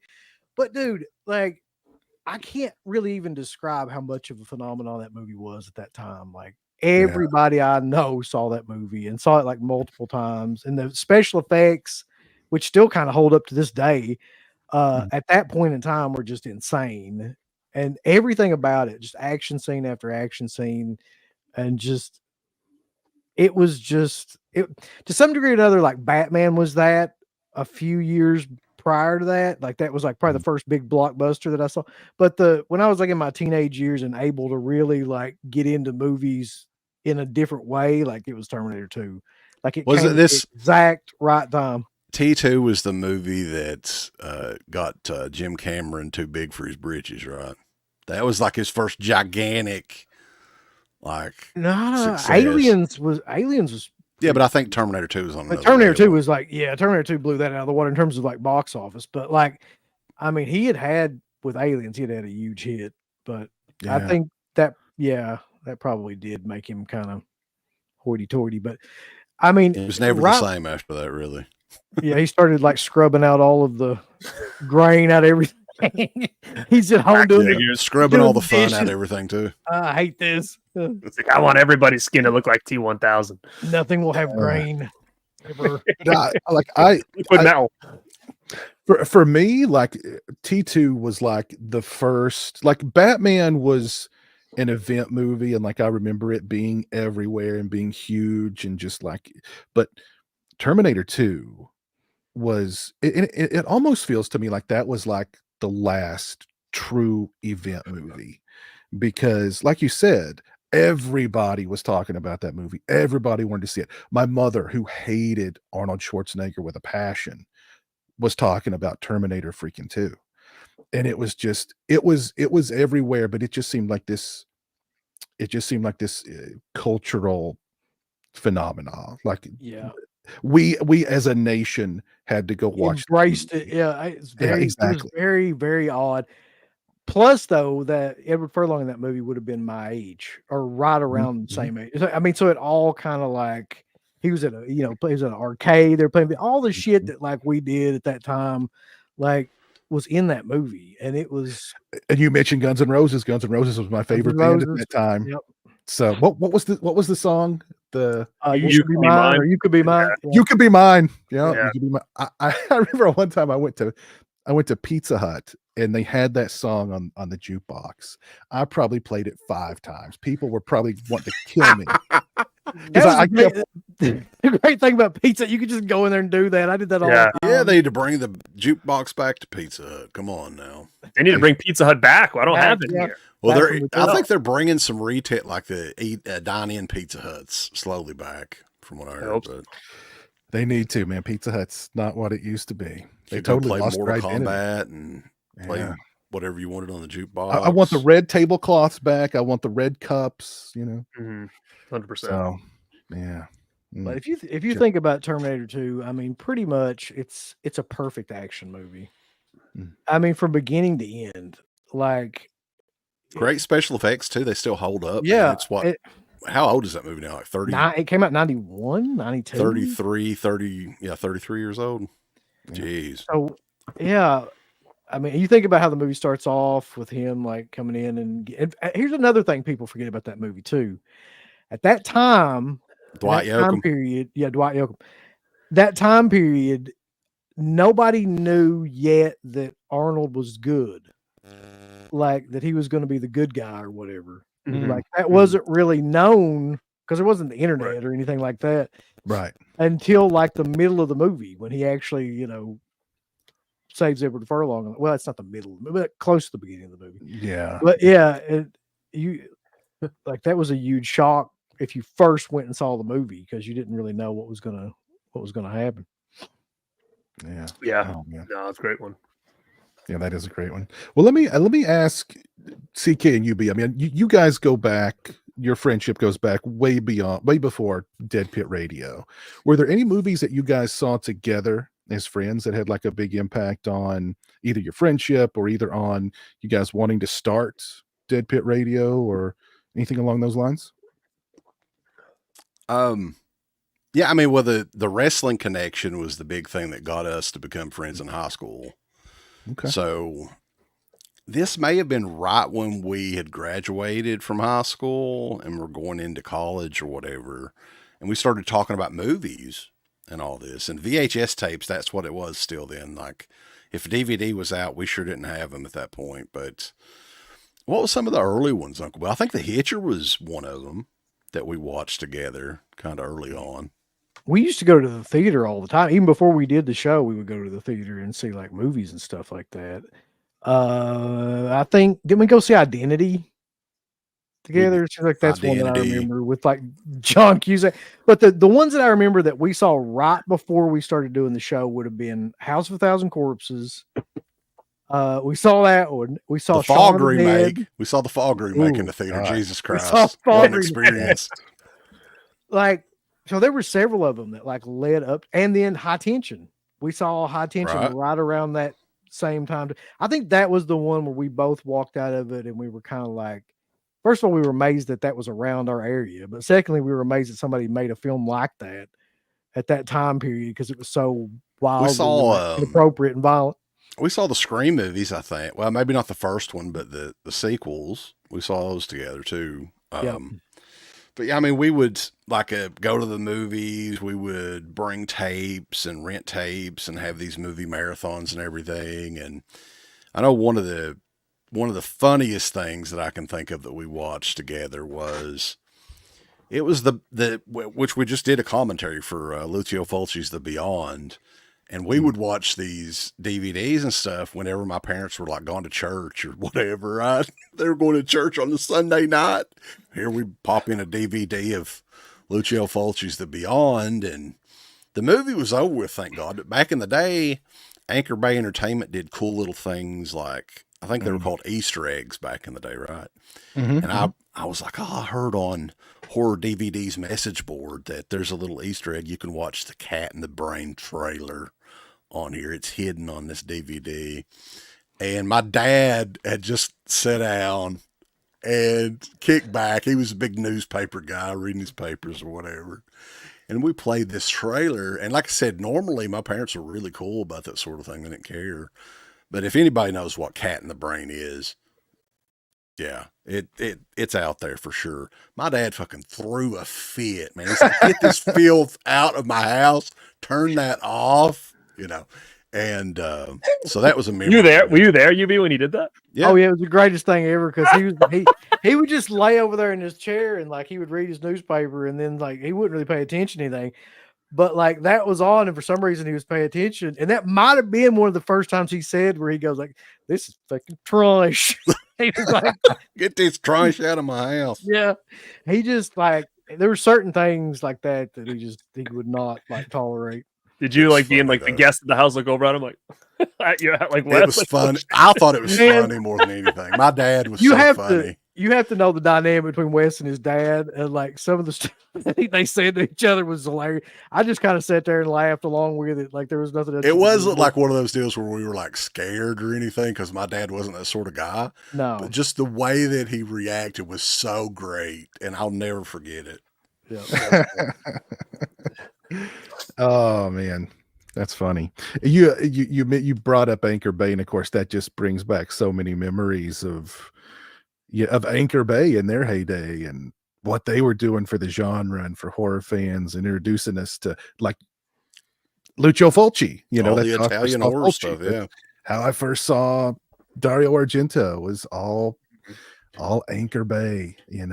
Oh man, I think it's that was the most exciting. It was for me, in terms of films and things. It was that when that was huge around that time. and they were releasing so much around 2000, 2001, 2002, just a crazy amount of stuff almost every week. Yeah. So yeah, it was a great time period for sure. Yeah, and they were in Best Buy and everything too. Like I remember going to Best Buy and buying this story I've told as well. I saw Fright Night 2 right there on DVD, and I was like, oh shit, Fright Night 2. And then maybe a couple rows down was that Suspiria double pack from Anchor Bay, like the thick one. Oh yeah. And at that time, I'd never seen anything like that before, like a big, thick DVD case. So I'm like looking at the back, and it's like scariest movie of all time. I'm like, what is this? So I'm like, I got to get this. It says limited edition. There's a little number here. I'm like, I can't let this sit here. So I grabbed it.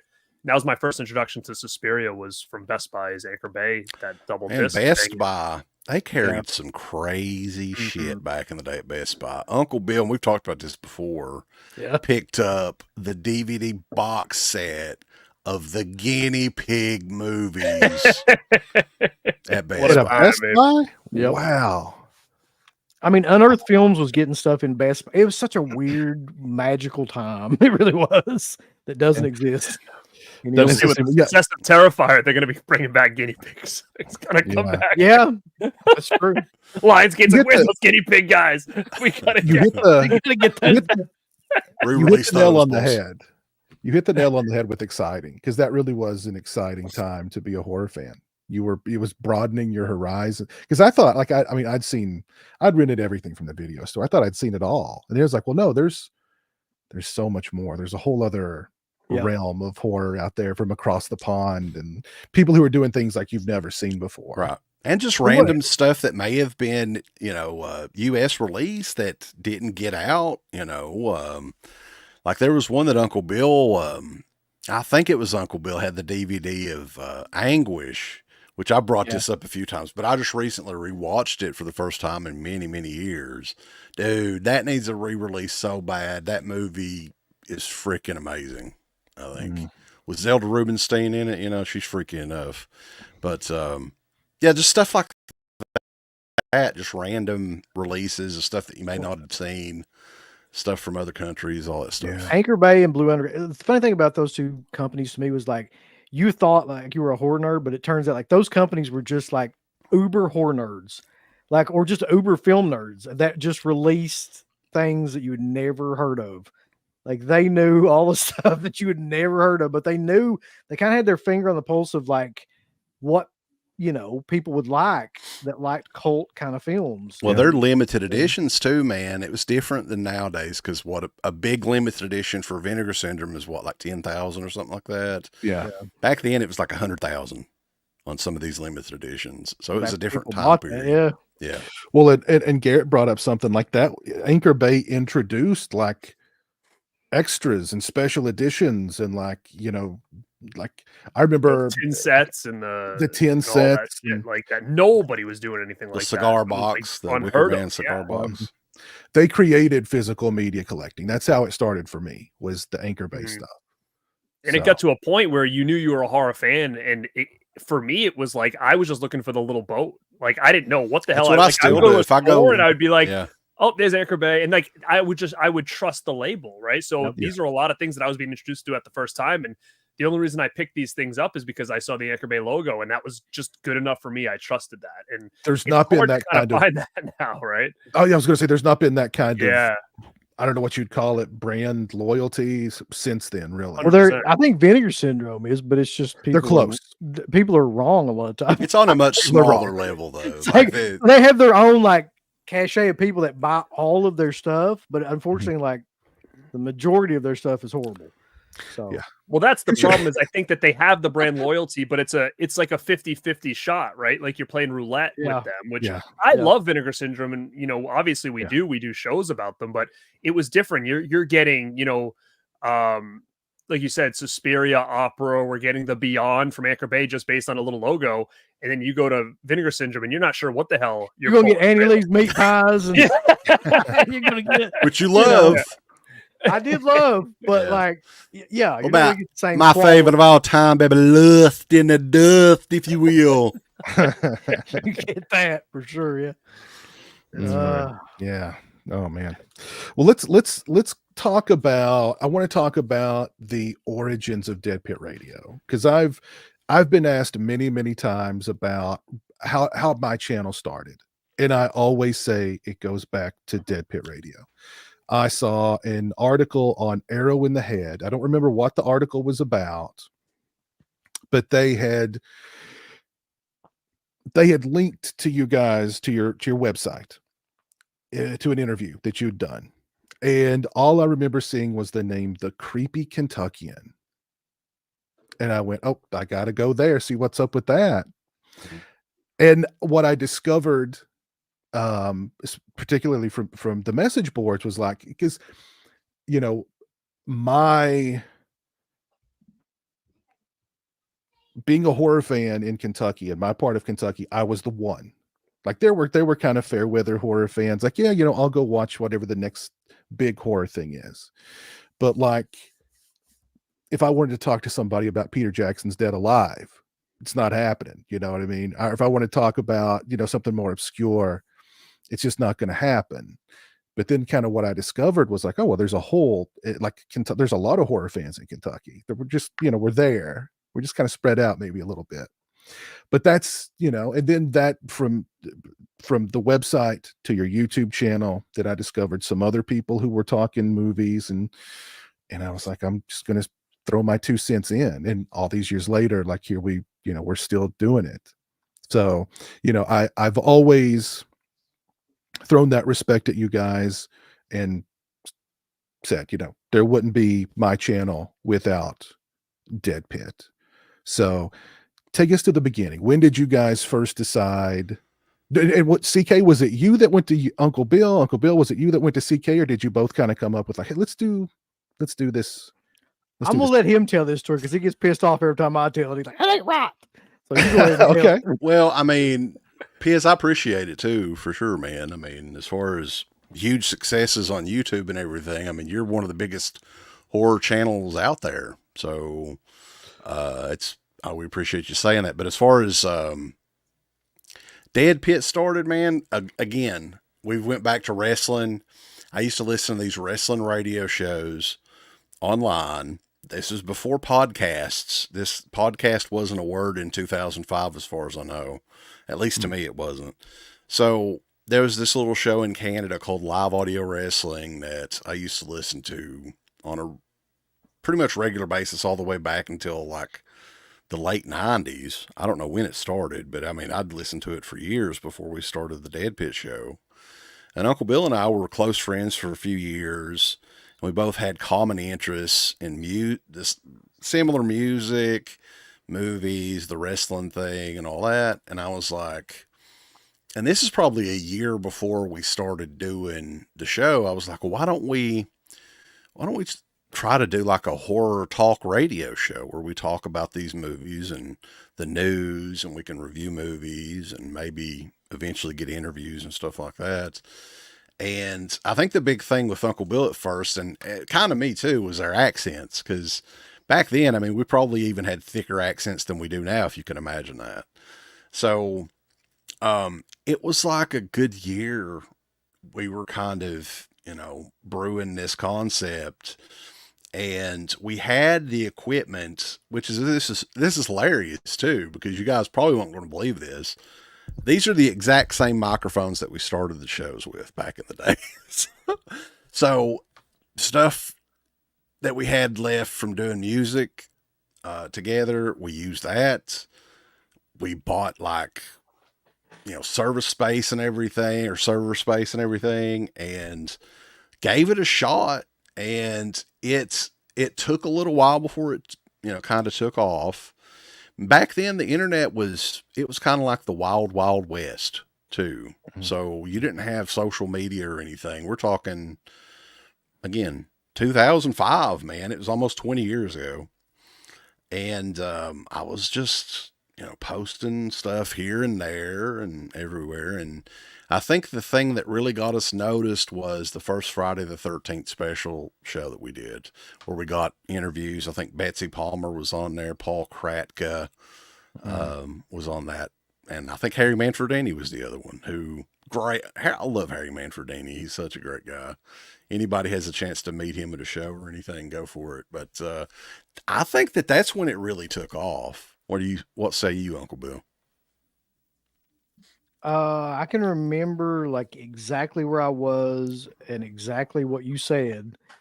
Like when you introduced the idea of doing the show, because it was at your kitchen table and you just came up and you were like, what if we did a show that was like these wrestling shows, like you were saying, I'm listening to, but it was like around horror films, because we were already watching like all the Anchor Bay stuff. And I was like, how in the hell are we going to do that? It just didn't compute in my brain, because not necessarily the accents, but just the technical part of it. Like how does that work? Like, because at that point in time, I never even thought about doing anything like that.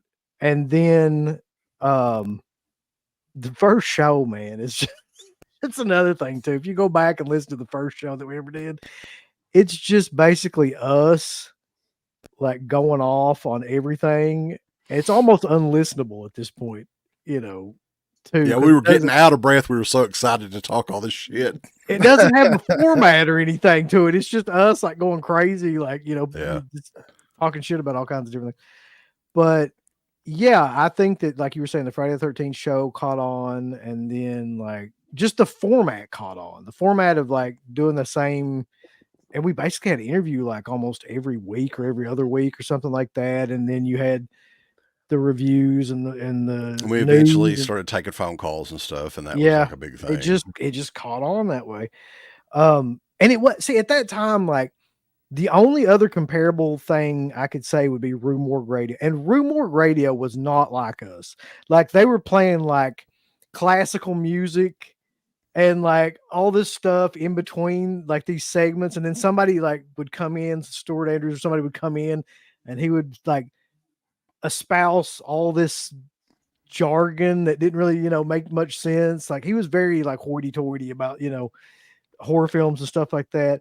And we were like the polar opposite of whatever that was. Yeah. Like, and we were like, getting on your front porch and just talking, horror movies or whatever. Yeah.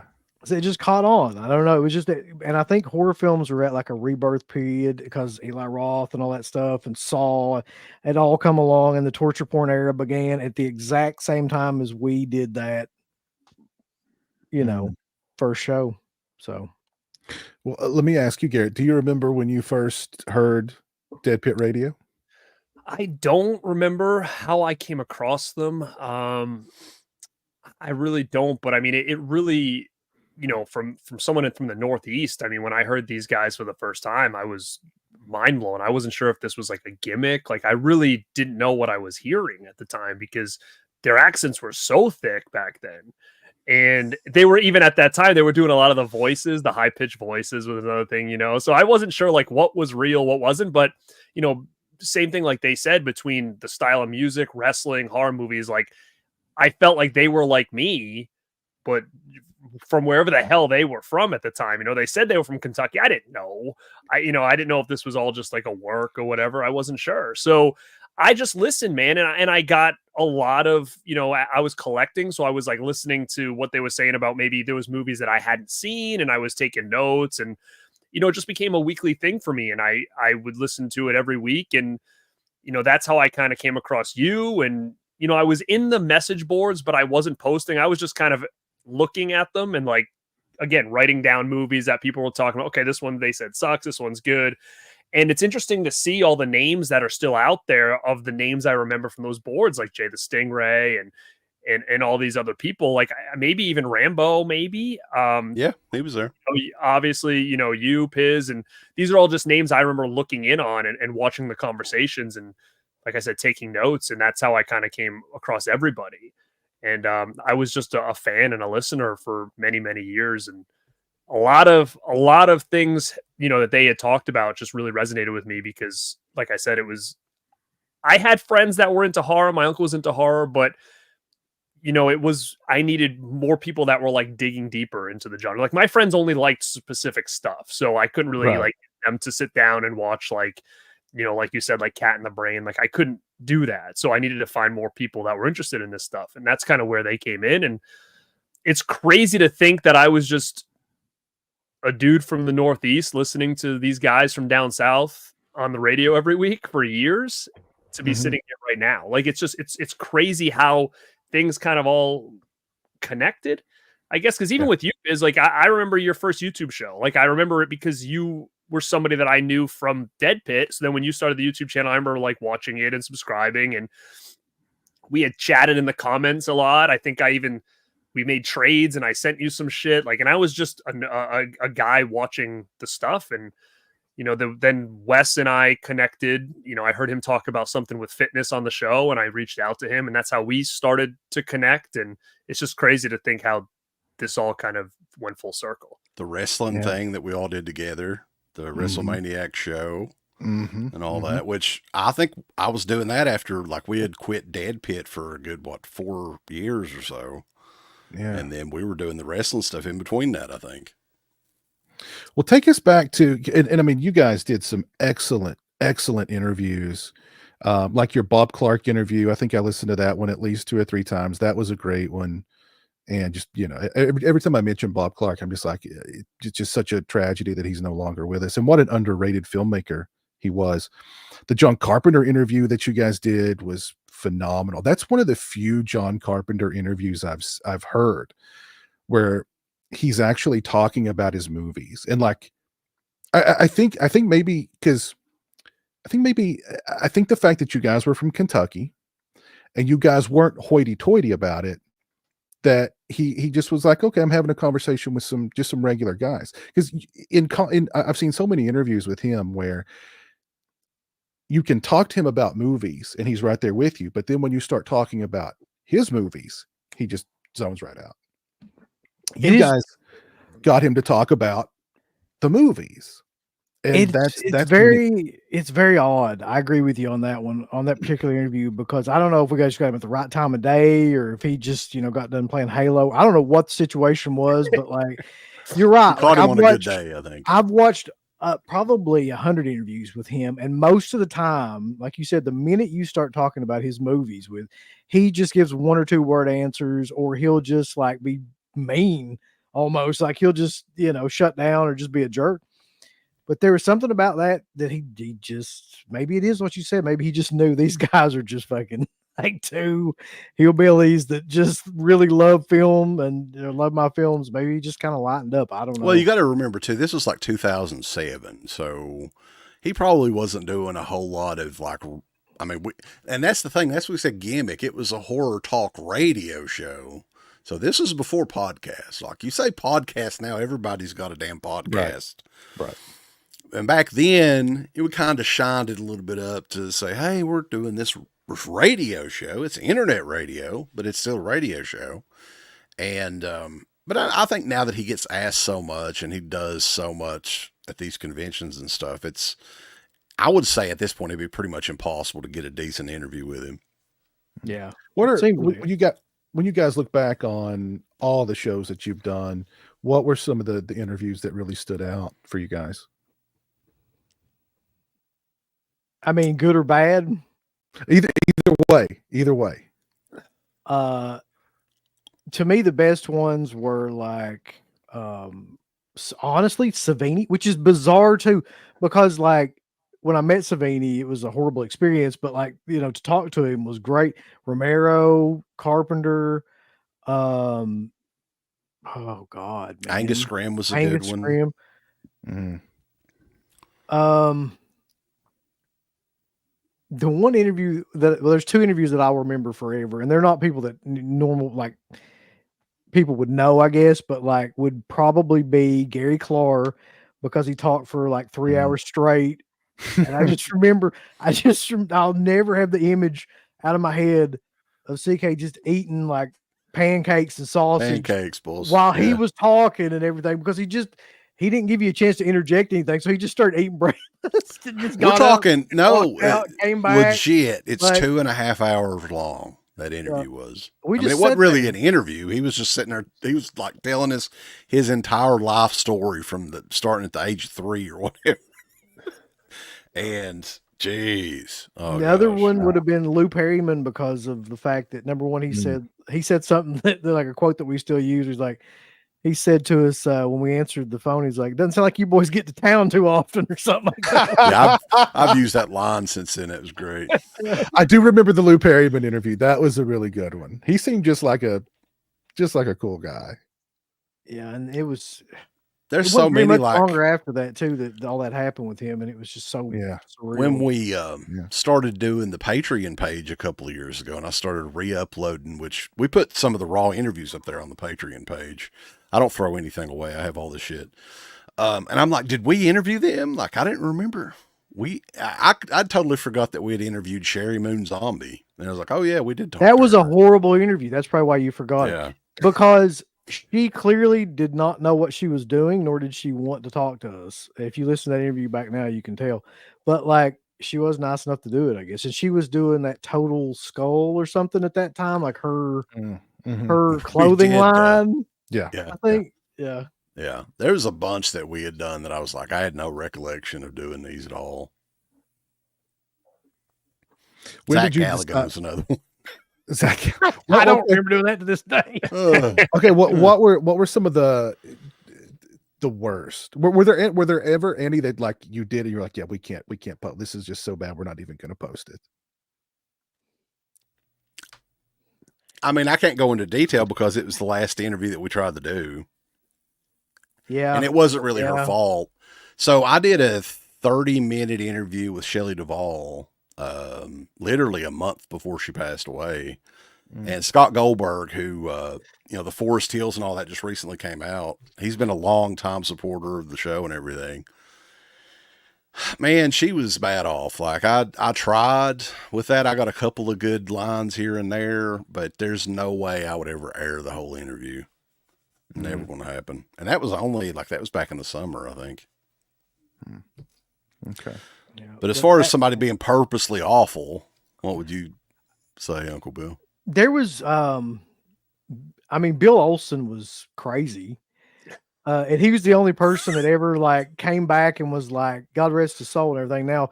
But he's the only person that ever came back and was like, I want you to edit this, and this out of this interview. And we were like, we don't edit nothing, but that's not how it works. Like I had somebody do that to me over a Bloodstream, and they go, yeah, can you edit that part out? And I go, that was live, right? We're live, pal. Yeah. Yeah. That's a good thing about going live. Yeah. It's like, you realize we were live, right? She's like, well, forget about it. The one that really kind of, there was a couple that like I thought would be really, really good and weren't, like Joe Dante. I was like, oh, this is going to be like, because there's so much stuff, and he just totally wasn't into it. He was out of it. Like you could tell, like he just was Charles Band was kind of that way too. He wasn't into Lloyd it. Lloyd Kaufman was bad because he stayed in character.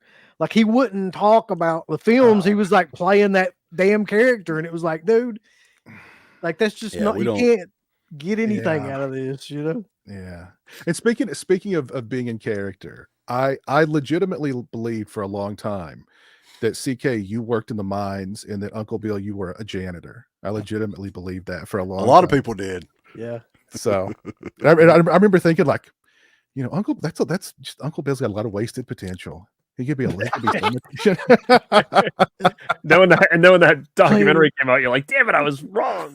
Yeah, I was like, wait a minute, they totally played me. Yeah. He went to college. He saved up his money from janitoring and went to college. He's the American dream right there. Uncle Bill, go to college, baby. When did you guys decide to take it to YouTube? Well, really, I mean, it was just this technology the streaming technology has just improved so much. It was like mind blowing when we got back into it, like around COVID, whenever COVID came up and everything. And we had done YouTube stuff before, of course, like the Deadpit on the roads and random videos here and there, the poster videos and all that stuff. But as far as actually doing like a show on YouTube, it was, I think, Axlish who does a lot of stuff with the George Romero Foundation. He was the first live stream that I saw the StreamYard logo up in the corner. I was like, what in the hell is StreamYard? I looked into it, man, the technology, it's unbelievable, especially if you, I don't know if you've went back and looked at some of the old Google Hangout stuff that was some of the first live streams. Like the technology is just insane. And it's so much more convenient now. And Uncle Bill, I don't know, he was kind of, I don't know if he knew where we were at as far as, oh, am I going to have to come back down there and do this shit or what's going on? And I was like, no, dude, you can be sitting at home. We can sound just as good as the old show did back in the day. And we were kind of off from there. I remember when you guys decided to kind of hang up your spurs there. And I remember, wasn't there like a final episode? Was there like a farewell episode?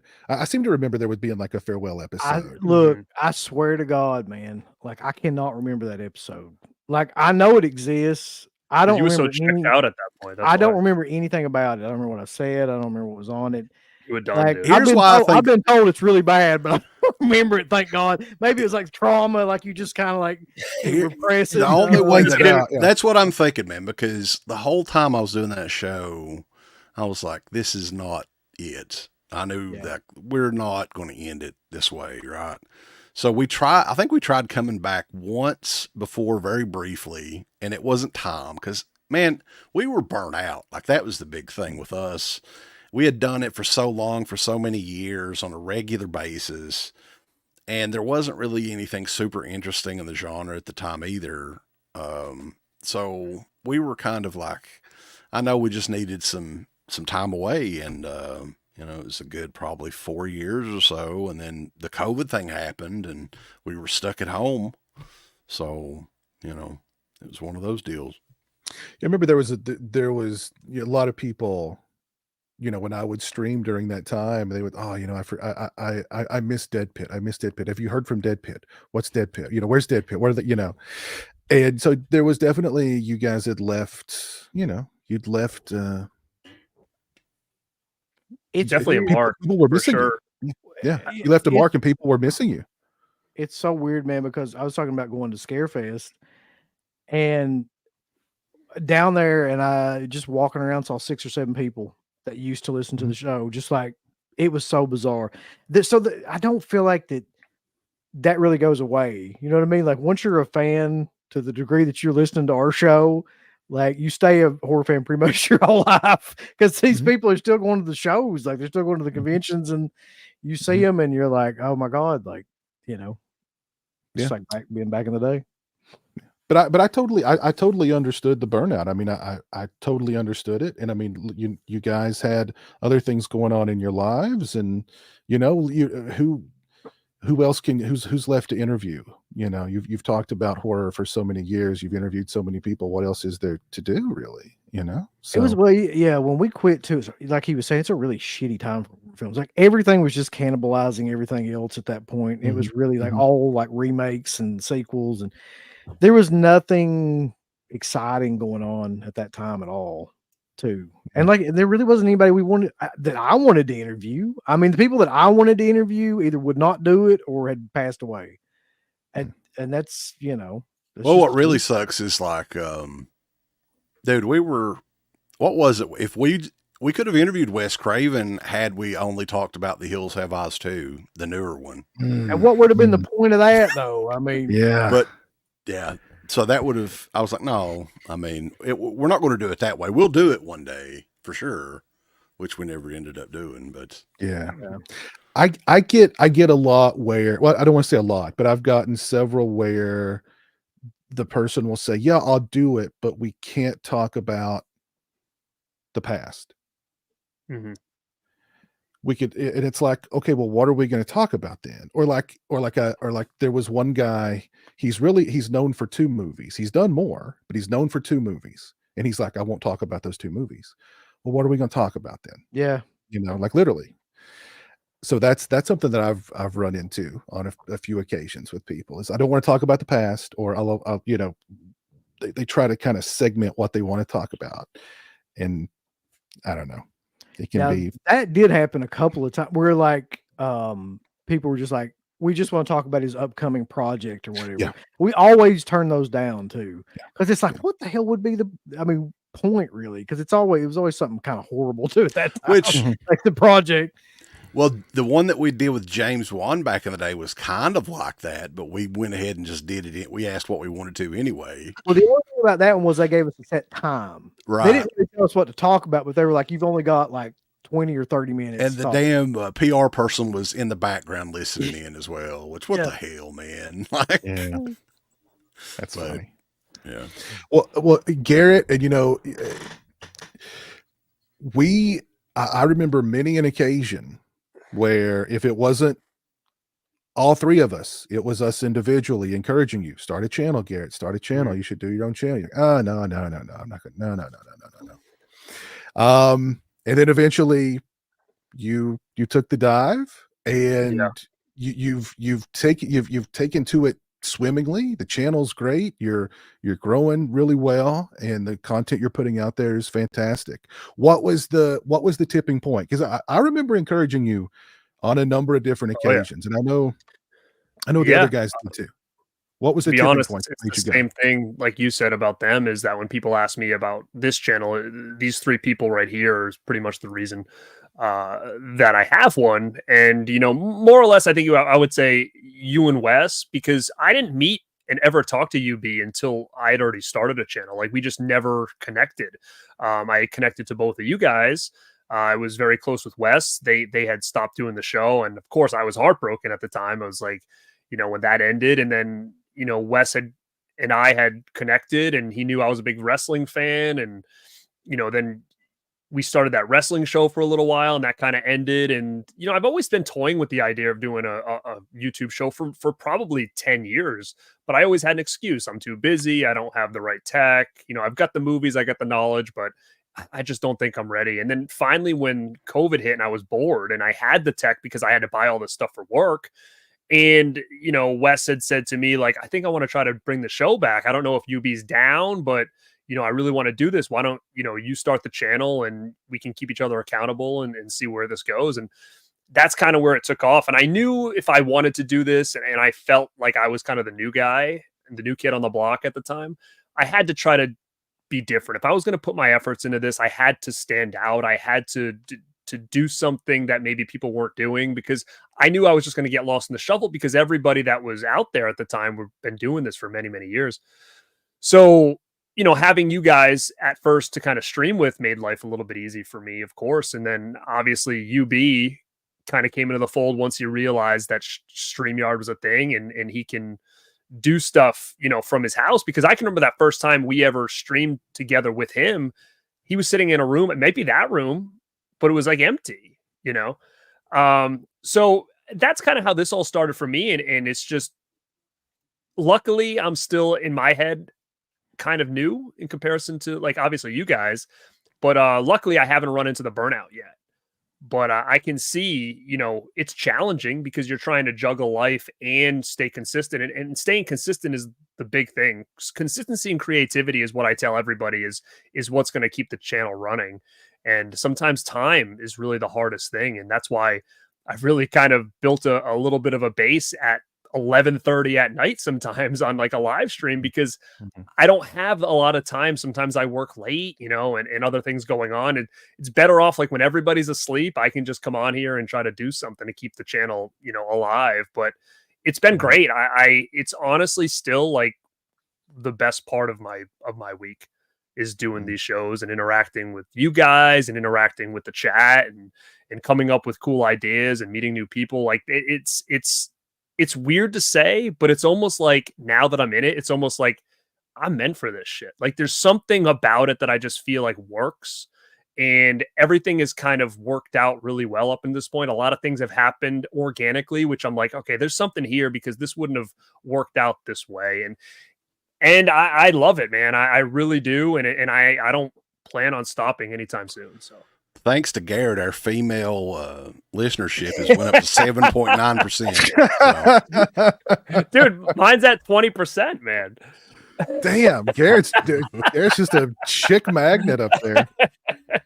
Garrett's got the 3 C's. He's got creativity, consistency, and Cruel Peter. That's the 3 C's. There you go. Well, I've got Cruel Peter too. Yeah, so my favorite. This may be embarrassing to Garrett, but I'm going to throw this story out there anyway. Oh, you're not going to talk about the dinner story, are you? When we were at that convention in North Carolina, Garrett and I were downstairs at the little restaurant having some food, and this chick comes over to Garrett. Hi, I'm so and so. Who are you? How long are you going to be here? Where are you from? Blah blah blah blah blah. And he goes, "This is my friend Piz." He just tries to throw her out on me. She looks at me and goes, "Oh hi. So are you going to blah blah blah blah blah blah?" Oh goodness! Was once a young stud a long time ago. But yeah, one thing I've talked about with the other guests that I've had doing these streams is the time management is always because everybody that I've talked to, they're doing this on top of like a day job, or they've got family, or they've got a significant other, and the thing that's echoed throughout all of them is like having a supportive significant other who understands what you're doing and is supportive of it, and just time management. How do you guys deal with the time management? And I'm assuming if you've been doing it as long as you've been doing it, and you do have a significant other, they have to be supportive, right? Let's start with you, Garrett. Go, Garrett. Be honest. Here's the thing. So I'm really good at like planning, right? So I have a notebook here with probably like 30 show ideas on this notebook, and sometimes I try to break them up into, okay, here's what I want to get done in this month, and I know based on my work schedule like which days would be best for me to kind of either go live or have a guest or do a show, and it's not, I have a kind of set schedule.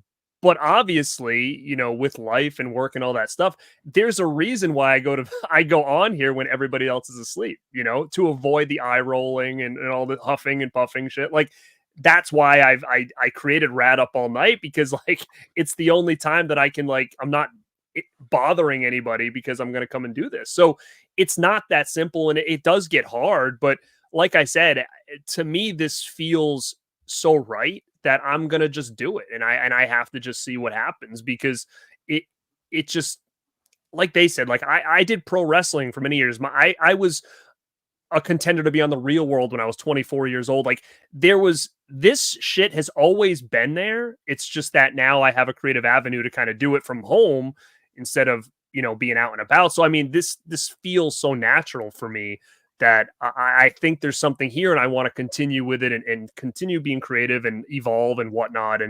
And that's kind of why no matter what anybody says, I'm going to still find time for this in some aspect. How close were you to being on the Real World? Top 20. Top 20. Wow. Yeah. Okay. Yeah. I was like ready to quit my job at the time, because I was going to be gone for 3 months. And, I went all the way to top 20 where they like filmed the last interview. I can remember I was at the top floor in a hotel in New York. They filmed it. I had makeup crew doing all this stuff. And basically that was like the interview that if you made it, they were going to show that, like, pieces of that on the first episode kind of thing. And, yeah, it didn't work out. And it was one of those things that I thought for sure it was a shoo-in, because I had moved on and did all these interviews up until that point. And I kept moving on and on and on. And no, it didn't end up happening. And, tried out for Tough Enough to do at one point. That didn't happen either. Then I went into wrestling school and was working in the indies for about a year or so, maybe a little more than that. And then life got really crazy. So I'm like, I'm going to take time off wrestling. I opened a gym and all this other stuff.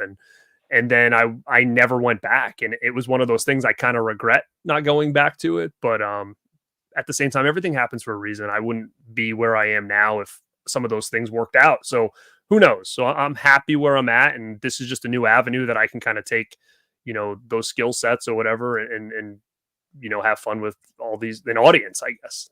So Yeah, that's kind of the short of the whole thing. okay. CK, you guys want to dive in? My wife hated it at first. I'm not going to lie. Like, it was, taking time away from, because I work until like 6 o'clock in the evening anyway. Don't get home until about 6:30 or so, which is mainly why we do later streams, so I can spend some time together and all that. But whenever we started back with COVID and all that, like, it really bothered her a lot. And then she saw how many people was starting to watch and how good it was for my freaking, mental health, to be honest with you, because around COVID, you couldn't really see anybody. You're stuck at home or whatever. Mm-hmm. And to find a group of people that you can talk, whether it be movies, wrestling, anything with, and have a couple laughs or whatever. So I think eventually she warmed up to it. I still try to, 2 or 3 times a week max as far as the live streams go. But it did definitely take time for sure. Mm-hmm. I think, I think during COVID, these kind of live streams, because I did a lot of live streams during COVID, and like I heard from so many people, years later, like they would say that saved my life, because we were all just trapped inside our own houses. Mm-hmm. And the fear was, if you step outside and you're around somebody, you're going to die. You know what I mean? You're going to get infected. You're going to die. And it's just, there's no toilet paper. There's a toilet paper shortage. You know what I mean? Like, it was a scary time. And this was like an outlet for people to feel connected to others. And I've heard from countless people who've said, like, basically that saved my life. So it's crazy. Yeah. What about you, Uncle Bill? Everything that I ever do on this show is is it 10 o'clock or after? And there's definitely a reason for that. There's a couple reasons for that. Everybody's asleep usually by then, sometimes. And if they're not, they're getting ready to go to sleep and they're running through the house and like causing a big ruckus. But still, like, as long as it's after 10, I'm usually pretty good. So this was a special occasion. This is a special occasion. Yeah. Well, like I said, like, I mean, we've been out all day. We just literally hit the house, with it. So, I think that was the whole thing was an exception, because everybody was tired and they just went to their own rooms and to bed anyway. But yeah, just to kind of like not interfere with anything else, as long as it's after 10, nobody really cares. They're all doing their own thing or asleep. Mm-hmm. But they get it. Like, this is, this is cool. This is a fun thing, and it's the whole family did it on the road video for Beetlejuice 2. So they're a part of it. I think they all know what it is at this point and get it, right? Yeah, that's the thing. Like, I think the first time that I ever I don't think I know the first time I ever met Savannah in real life was at one of our screenings, one of our movie screenings. So it's like, yeah, it's always been a part of everything. She knows about your rock star life.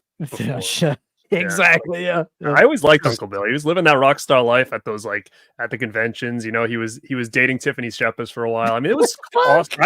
I really was like, thought he was the man. Yeah. He was sleeping in his car all day on a Sunday. He was living that rock star life back before we left. Here's another funny. That story keeps getting like more and more exaggerated as time goes by. CK, do you remember this? This was at the very first Scarefest I went to, and I met you guys.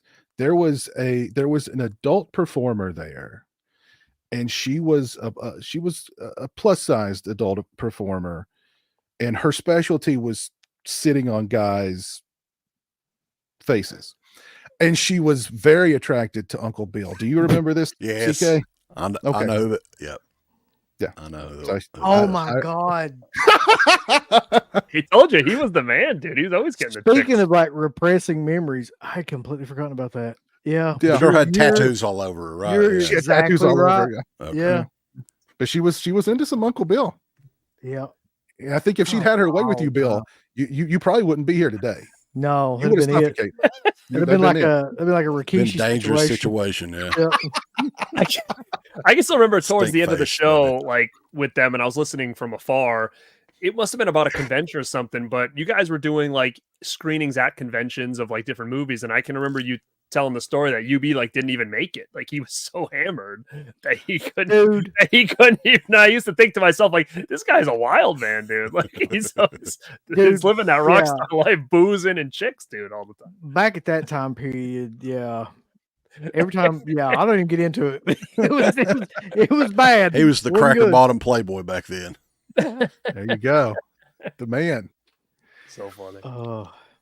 Well, how has YouTube, Uncle Bill, CK, you guys have been on the platform for many years. How has it changed over the years for you guys? Has it improved? Do you think? Has it not?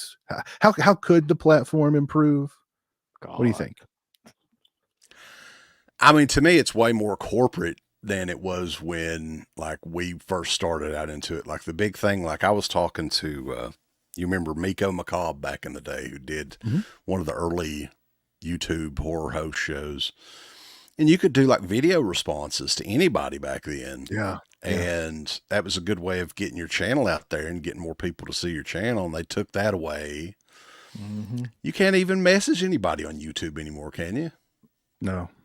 I mean, they took that away. You really can't do a whole heck of. It's weird because it's like the only platform you can use to do this, right? But they have so many crazy kind of rules that you can't do this and you can't do that. If you do this and you get copyright, it's like it's very frustrating because like it's the only place to go, but like we really can't do. You're walking a very fine line. We really can't do anything like we used to. Not that we would do that anyway nowadays, but I mean, you really can't do a whole lot.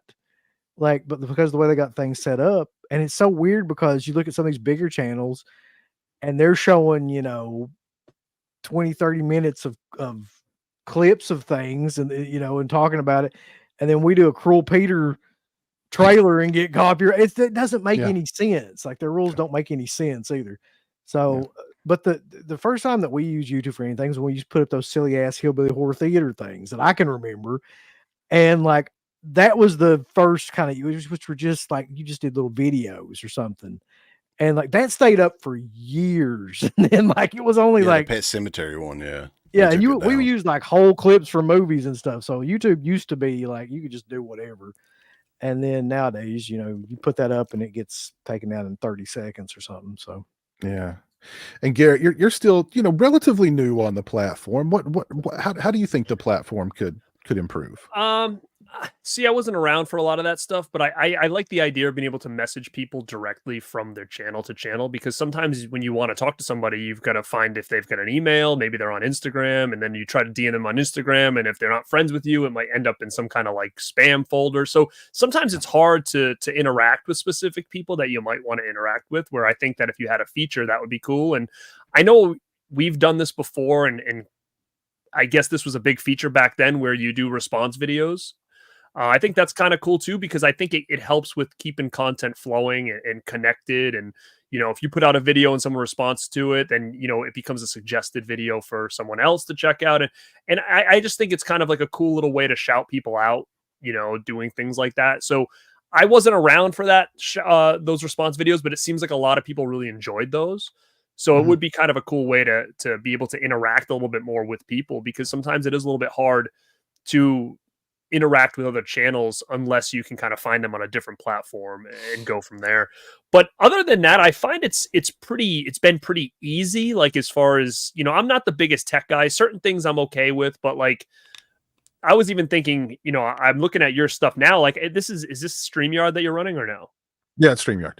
Oh, StreamYard. Because like even like different, like I feel like your lighting looks different than when I go live and stuff like that. And I don't know if it's your thing set up or what, but I'm like, those little tech things are not my biggest forte. So I keep trying to play with that. So, but other than that, I think it's been an easy thing to learn, which is good, because I feel like sometimes when you get involved in something new, it's kind of a pain in the ass, like trying to learn the thing first.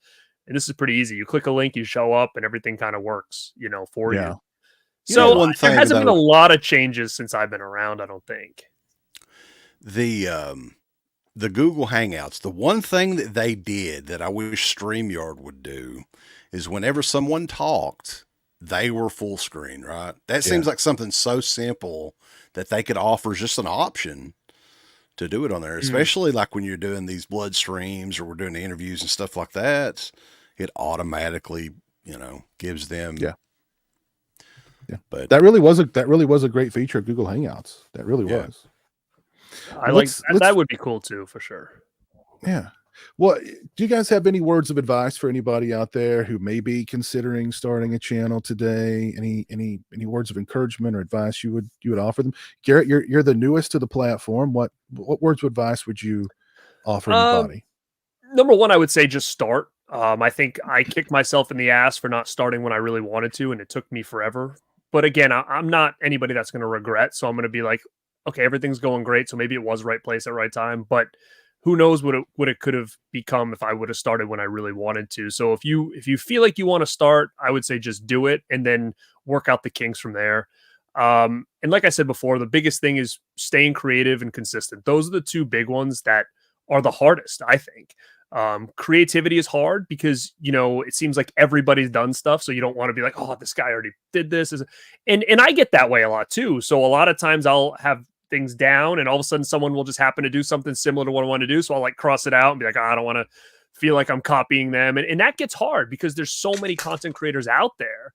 So the more creative you can kind of be with some of your stuff, I think it helps, but don't rely heavily on that because someone's done everything. So there are going to be people that cross paths. And to be honest, it's not always a bad thing because then what happens is, like, let's say you do it. Everybody talked Terrifier this week, right? So everybody did. But let's say you talk Terrifier and, they know that some of our viewers are the same people, then the next video that might come on the side of the screen might be my Terrifier review and it'll be suggested to them. So sometimes it works in your favor because, it connects you to those people and shows other people that, hey, this person has a video similar to what you just watched. And then consistency. Those are the big ones too, because that's the hardest. We just talked about that. To stay consistent is hard. And when I first started, I'm like once a week. That's my limit. I'm gonna do once a week. And now that I'm kind of rolling, I'm like 2 to 3. It has to be. Once a week, I just don't think would do much anymore. So it's just finding the time now to kind of add those extra days in. And then obviously I have another channel with the podcast. So then it's like try to make sure we get stuff over there every month. And it gets hard. And a lot of people ask to be on their shows. And I would love to be on everybody's show. But unfortunately, when you have limited time and you want to get 3 videos a week out on your own channel, you have a podcast, you do collaborations on your channel with other people. That's like a mandatory thing. It's hard to be everywhere all the time. So I've had to, unfortunately, decline some or just say, hey, let's talk in the future. And I hate doing that, but it's gotten to that point where the more I do for others, the less it's going to help my channel stay on the track that it's on. So it's hard, but when you start out, you've got a lot more freedom because you might just say, I'm going to do 1 video a week. And then I have options to collab with other people. But once you start rolling, it's hard to go backwards, I think. Yeah. Yeah. Great advice. CKUB, any advice to anybody out there who's thinking about starting a channel or a podcast or a internet radio show?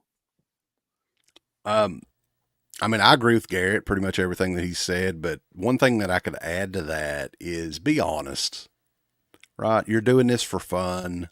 You don't work for a big publication. You can say what you want to. You can be honest. And I think people appreciate that. I'm not going to name names or anything, but there was one famous reviewer that pretty much said, I'm going to only review movies that are going to be they're going to be positive reviews. Mm-hmm. And I was like, what the fuck you, man? Seriously. Like, what, isn't that the point? Like, if you're going to review a movie, what's the point of even watching the damn review if you know it's going to be a positive review? Like, I want somebody to be honest with me. Like, I think that's the thing that we have always done. And sometimes I think it was to our detriment, really. But that's people want, I think at the end of the day, they want honesty when it comes to talking about movies. I think honesty and authenticity, absolutely. And that's one of the things I know Rambo Raff was here earlier. He was on the last one of these that we did. And I said, I think, the people know when they tune into a Rambo Raff video, they're getting Matt. You know what I mean? He's not putting on airs. He's not pretending to be somebody. He's not, you know what I mean? You're getting him, and that's it. And, that kind of authenticity will bring in people who are going to be loyal, going to be ride or die with you to the end. So anything to add to that, Uncle Bill? Well, the other thing I would say is I think that if we proved anything with the show, it would be that it doesn't matter what you sound like. It doesn't matter what you look like or anything like that. Like if you're passionate enough about something, if you do it, if you just do it, then there'll be an audience for it. And, there was. I mean, there's a lot of luck that came in with that and a lot of just timing and stuff that happened along the way with the original show and everything. But ultimately, it just came down to the fact that we weren't scared to fail. Right. We just did it. And that's the biggest part about it to me. Also, this is another thing too about these streams, just streams in general, nowadays. Just don't cannibalize everybody's shit. Just try to come up with your own ideas and your own, creativity and things like that. I mean, it's one thing that I see so many different people doing the same exact kind of thing. It's there's got to be more out there than some of these things. I mean, I love Terrifier to death. I don't want to talk about Terrifier. I really don't. There's got to be more to life than that, So it's just find something that you really truly enjoy and just do that. Yeah, and don't be afraid to fail. No, don't be afraid that's to the fail. biggest thing. Yeah. Well, it's the internet, right? You're here to have fun. You ain't going to, if you're successful, you might make a little bit of money, but go into it. It's going to be fun. I want to have fun. I'm going to talk about these movies. And if I get a comment or two, good deal. I remember we were tickled to death when somebody sent us an email for the first time. Right. So I mean, don't go into it thinking you're going to be like the next, gigantic YouTuber. Just go into it to have fun. Yeah. You know what else is funny though? And I don't know if this is the norm or not, but as much as we do it to have fun, we do take it pretty serious. When we're going to do a show with us three or whatever, we're going to do a collab or a show, we have almost meetings about it and come up with concepts and, really just kind of figure out what we're doing rather than just throwing shit at a wall. Everything that we do, and you can kind of see it when we do our collabs together, is pretty thought out. It's a concept that we've all come up with together. It's a concept that we think is, hey, this is a little bit different, a little unique. Let's run with it. And then we use it, we hype it for about a week or so. And, so we do take it serious. And I don't know if it's one of those things where we come from loving wrestling background and everything has to be a premium event or whatever, but we treat it that way. And I think that that's like you said with authenticity. I think that's helped us because a lot of these shows now, especially because we got so much going on our own channels, once we get together, they feel more like an event rather than just oh, they're going to collab again today. Me and you, right after this is over, you can come to my channel, his channel. We're going to go on and do our series. We're doing the Bravo's 100 of the Scariest Movies list that we've been running every Sunday for the last 6 weeks, right? We had this series in mind, every Sunday we're going to do it. And we'll be back tonight after we're done doing a double header. So it's just one of those things where the concepts we discuss and come up with game plans and stuff like that, which I think is cool to have, those people to do that with. It helps keep things fresh. Get some coffee, Uncle Bill.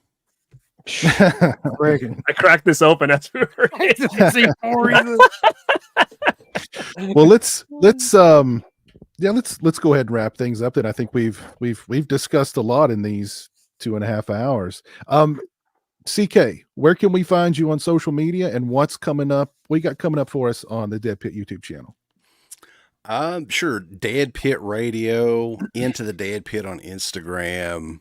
Just search for Deadpit, one word, and you'll find us everywhere. I think the next big thing that we're doing is on Thursday nights. we are doing a 50 years of the Saw special on Texas Chainsaw Massacre, where we are each ranking all of the Texas Chainsaw Massacre movies. Is there like 9 at this point? How ridiculous is it? Yeah. Jesus, I was looking at the list. I was like, oh, jeez. And how many of them are actually good? So we're going to be talking about those. And boy, I can't wait. We do exclusive stuff on the Patreon page as well. You can check all of the old archived shows dating back to 2005. Deadpit on patreon.com. Check that out. And Piz, man, we appreciate you asking us on. It has been a long time coming, but it feels like I was saying, 2008 again. Yeah.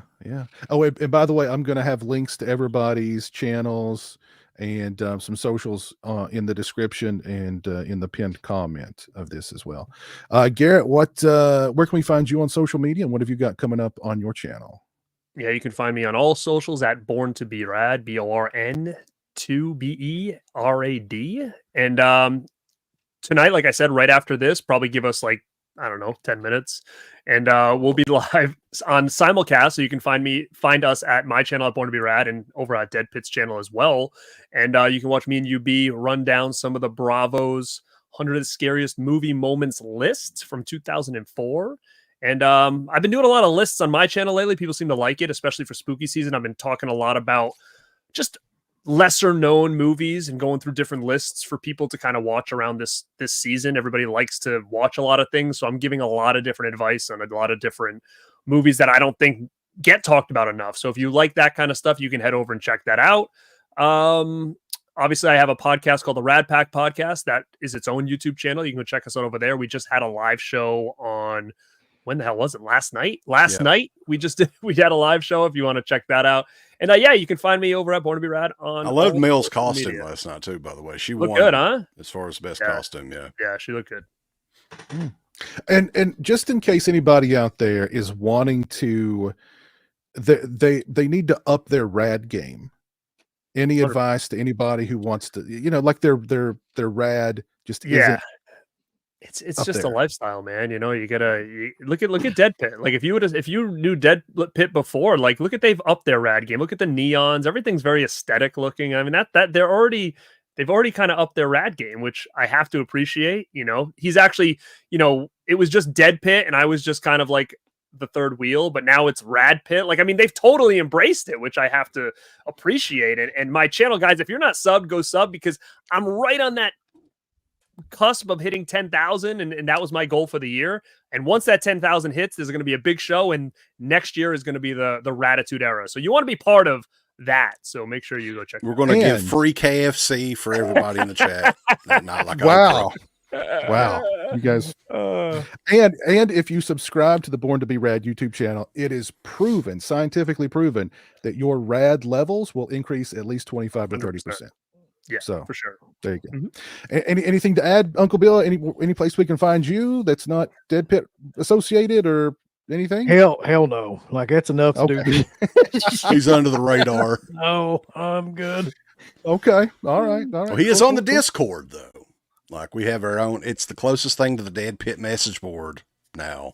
Well, is the Discord. That's page. true. I will say there's a show every Friday night that me and Rambo and Stuntman Mark do called Friday Night Lives. And what's the name of your group? We you tell the name of the group because you came up with it basically. Team Extreme, dude. That's you guys. Dude. The three. It's XSTREAM. Stuntman Mark is now broadcasting from the Taj Mahal. Yeah. Big Money Mark. Big Money Mark. Big Money Mark is from the Capitol building at the White House right now. big long echo every time he speaks. Yeah. Well, let me thank you guys again for being here tonight, and it's been great kind of just talking movies and just the whole 9 yards. I think I've even though I've known you guys for so long, I mean, I think I've learned a few new things. So but I really appreciate you guys taking the time to do this. And Uncle Bill, I appreciate you getting the special permission to be on early. That means a lot, It took a lot. It really did. Well, I appreciate that very much. Let me do some quick shout outs here. Thank you, Jackson, for being here tonight. Thank you, Bryce. Thank you, Babyface. Thank you, Dead Zone. Thank you, El Chewy. Thank you, Erica. Thank you, Eli. Long live the pit. There we go. Absolutely. Thank you, Swaggy, for being here. Orc was here with us tonight. Thank you, sir. Work. What Orc up, was man? here. Old school. Cable 54. I know. Old school. The Real Feels podcast. Cable 45. Yeah, we had a really had a good group of folks here tonight. Brian Trash, of course.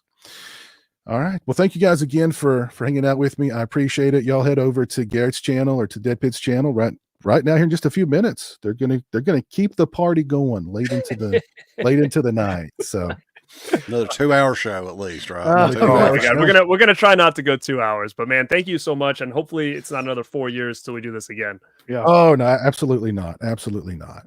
Cool. All right, you guys. Thanks again. Thanks to everybody who tuned in. We'll see you again real soon. Take care. And until next time, peace.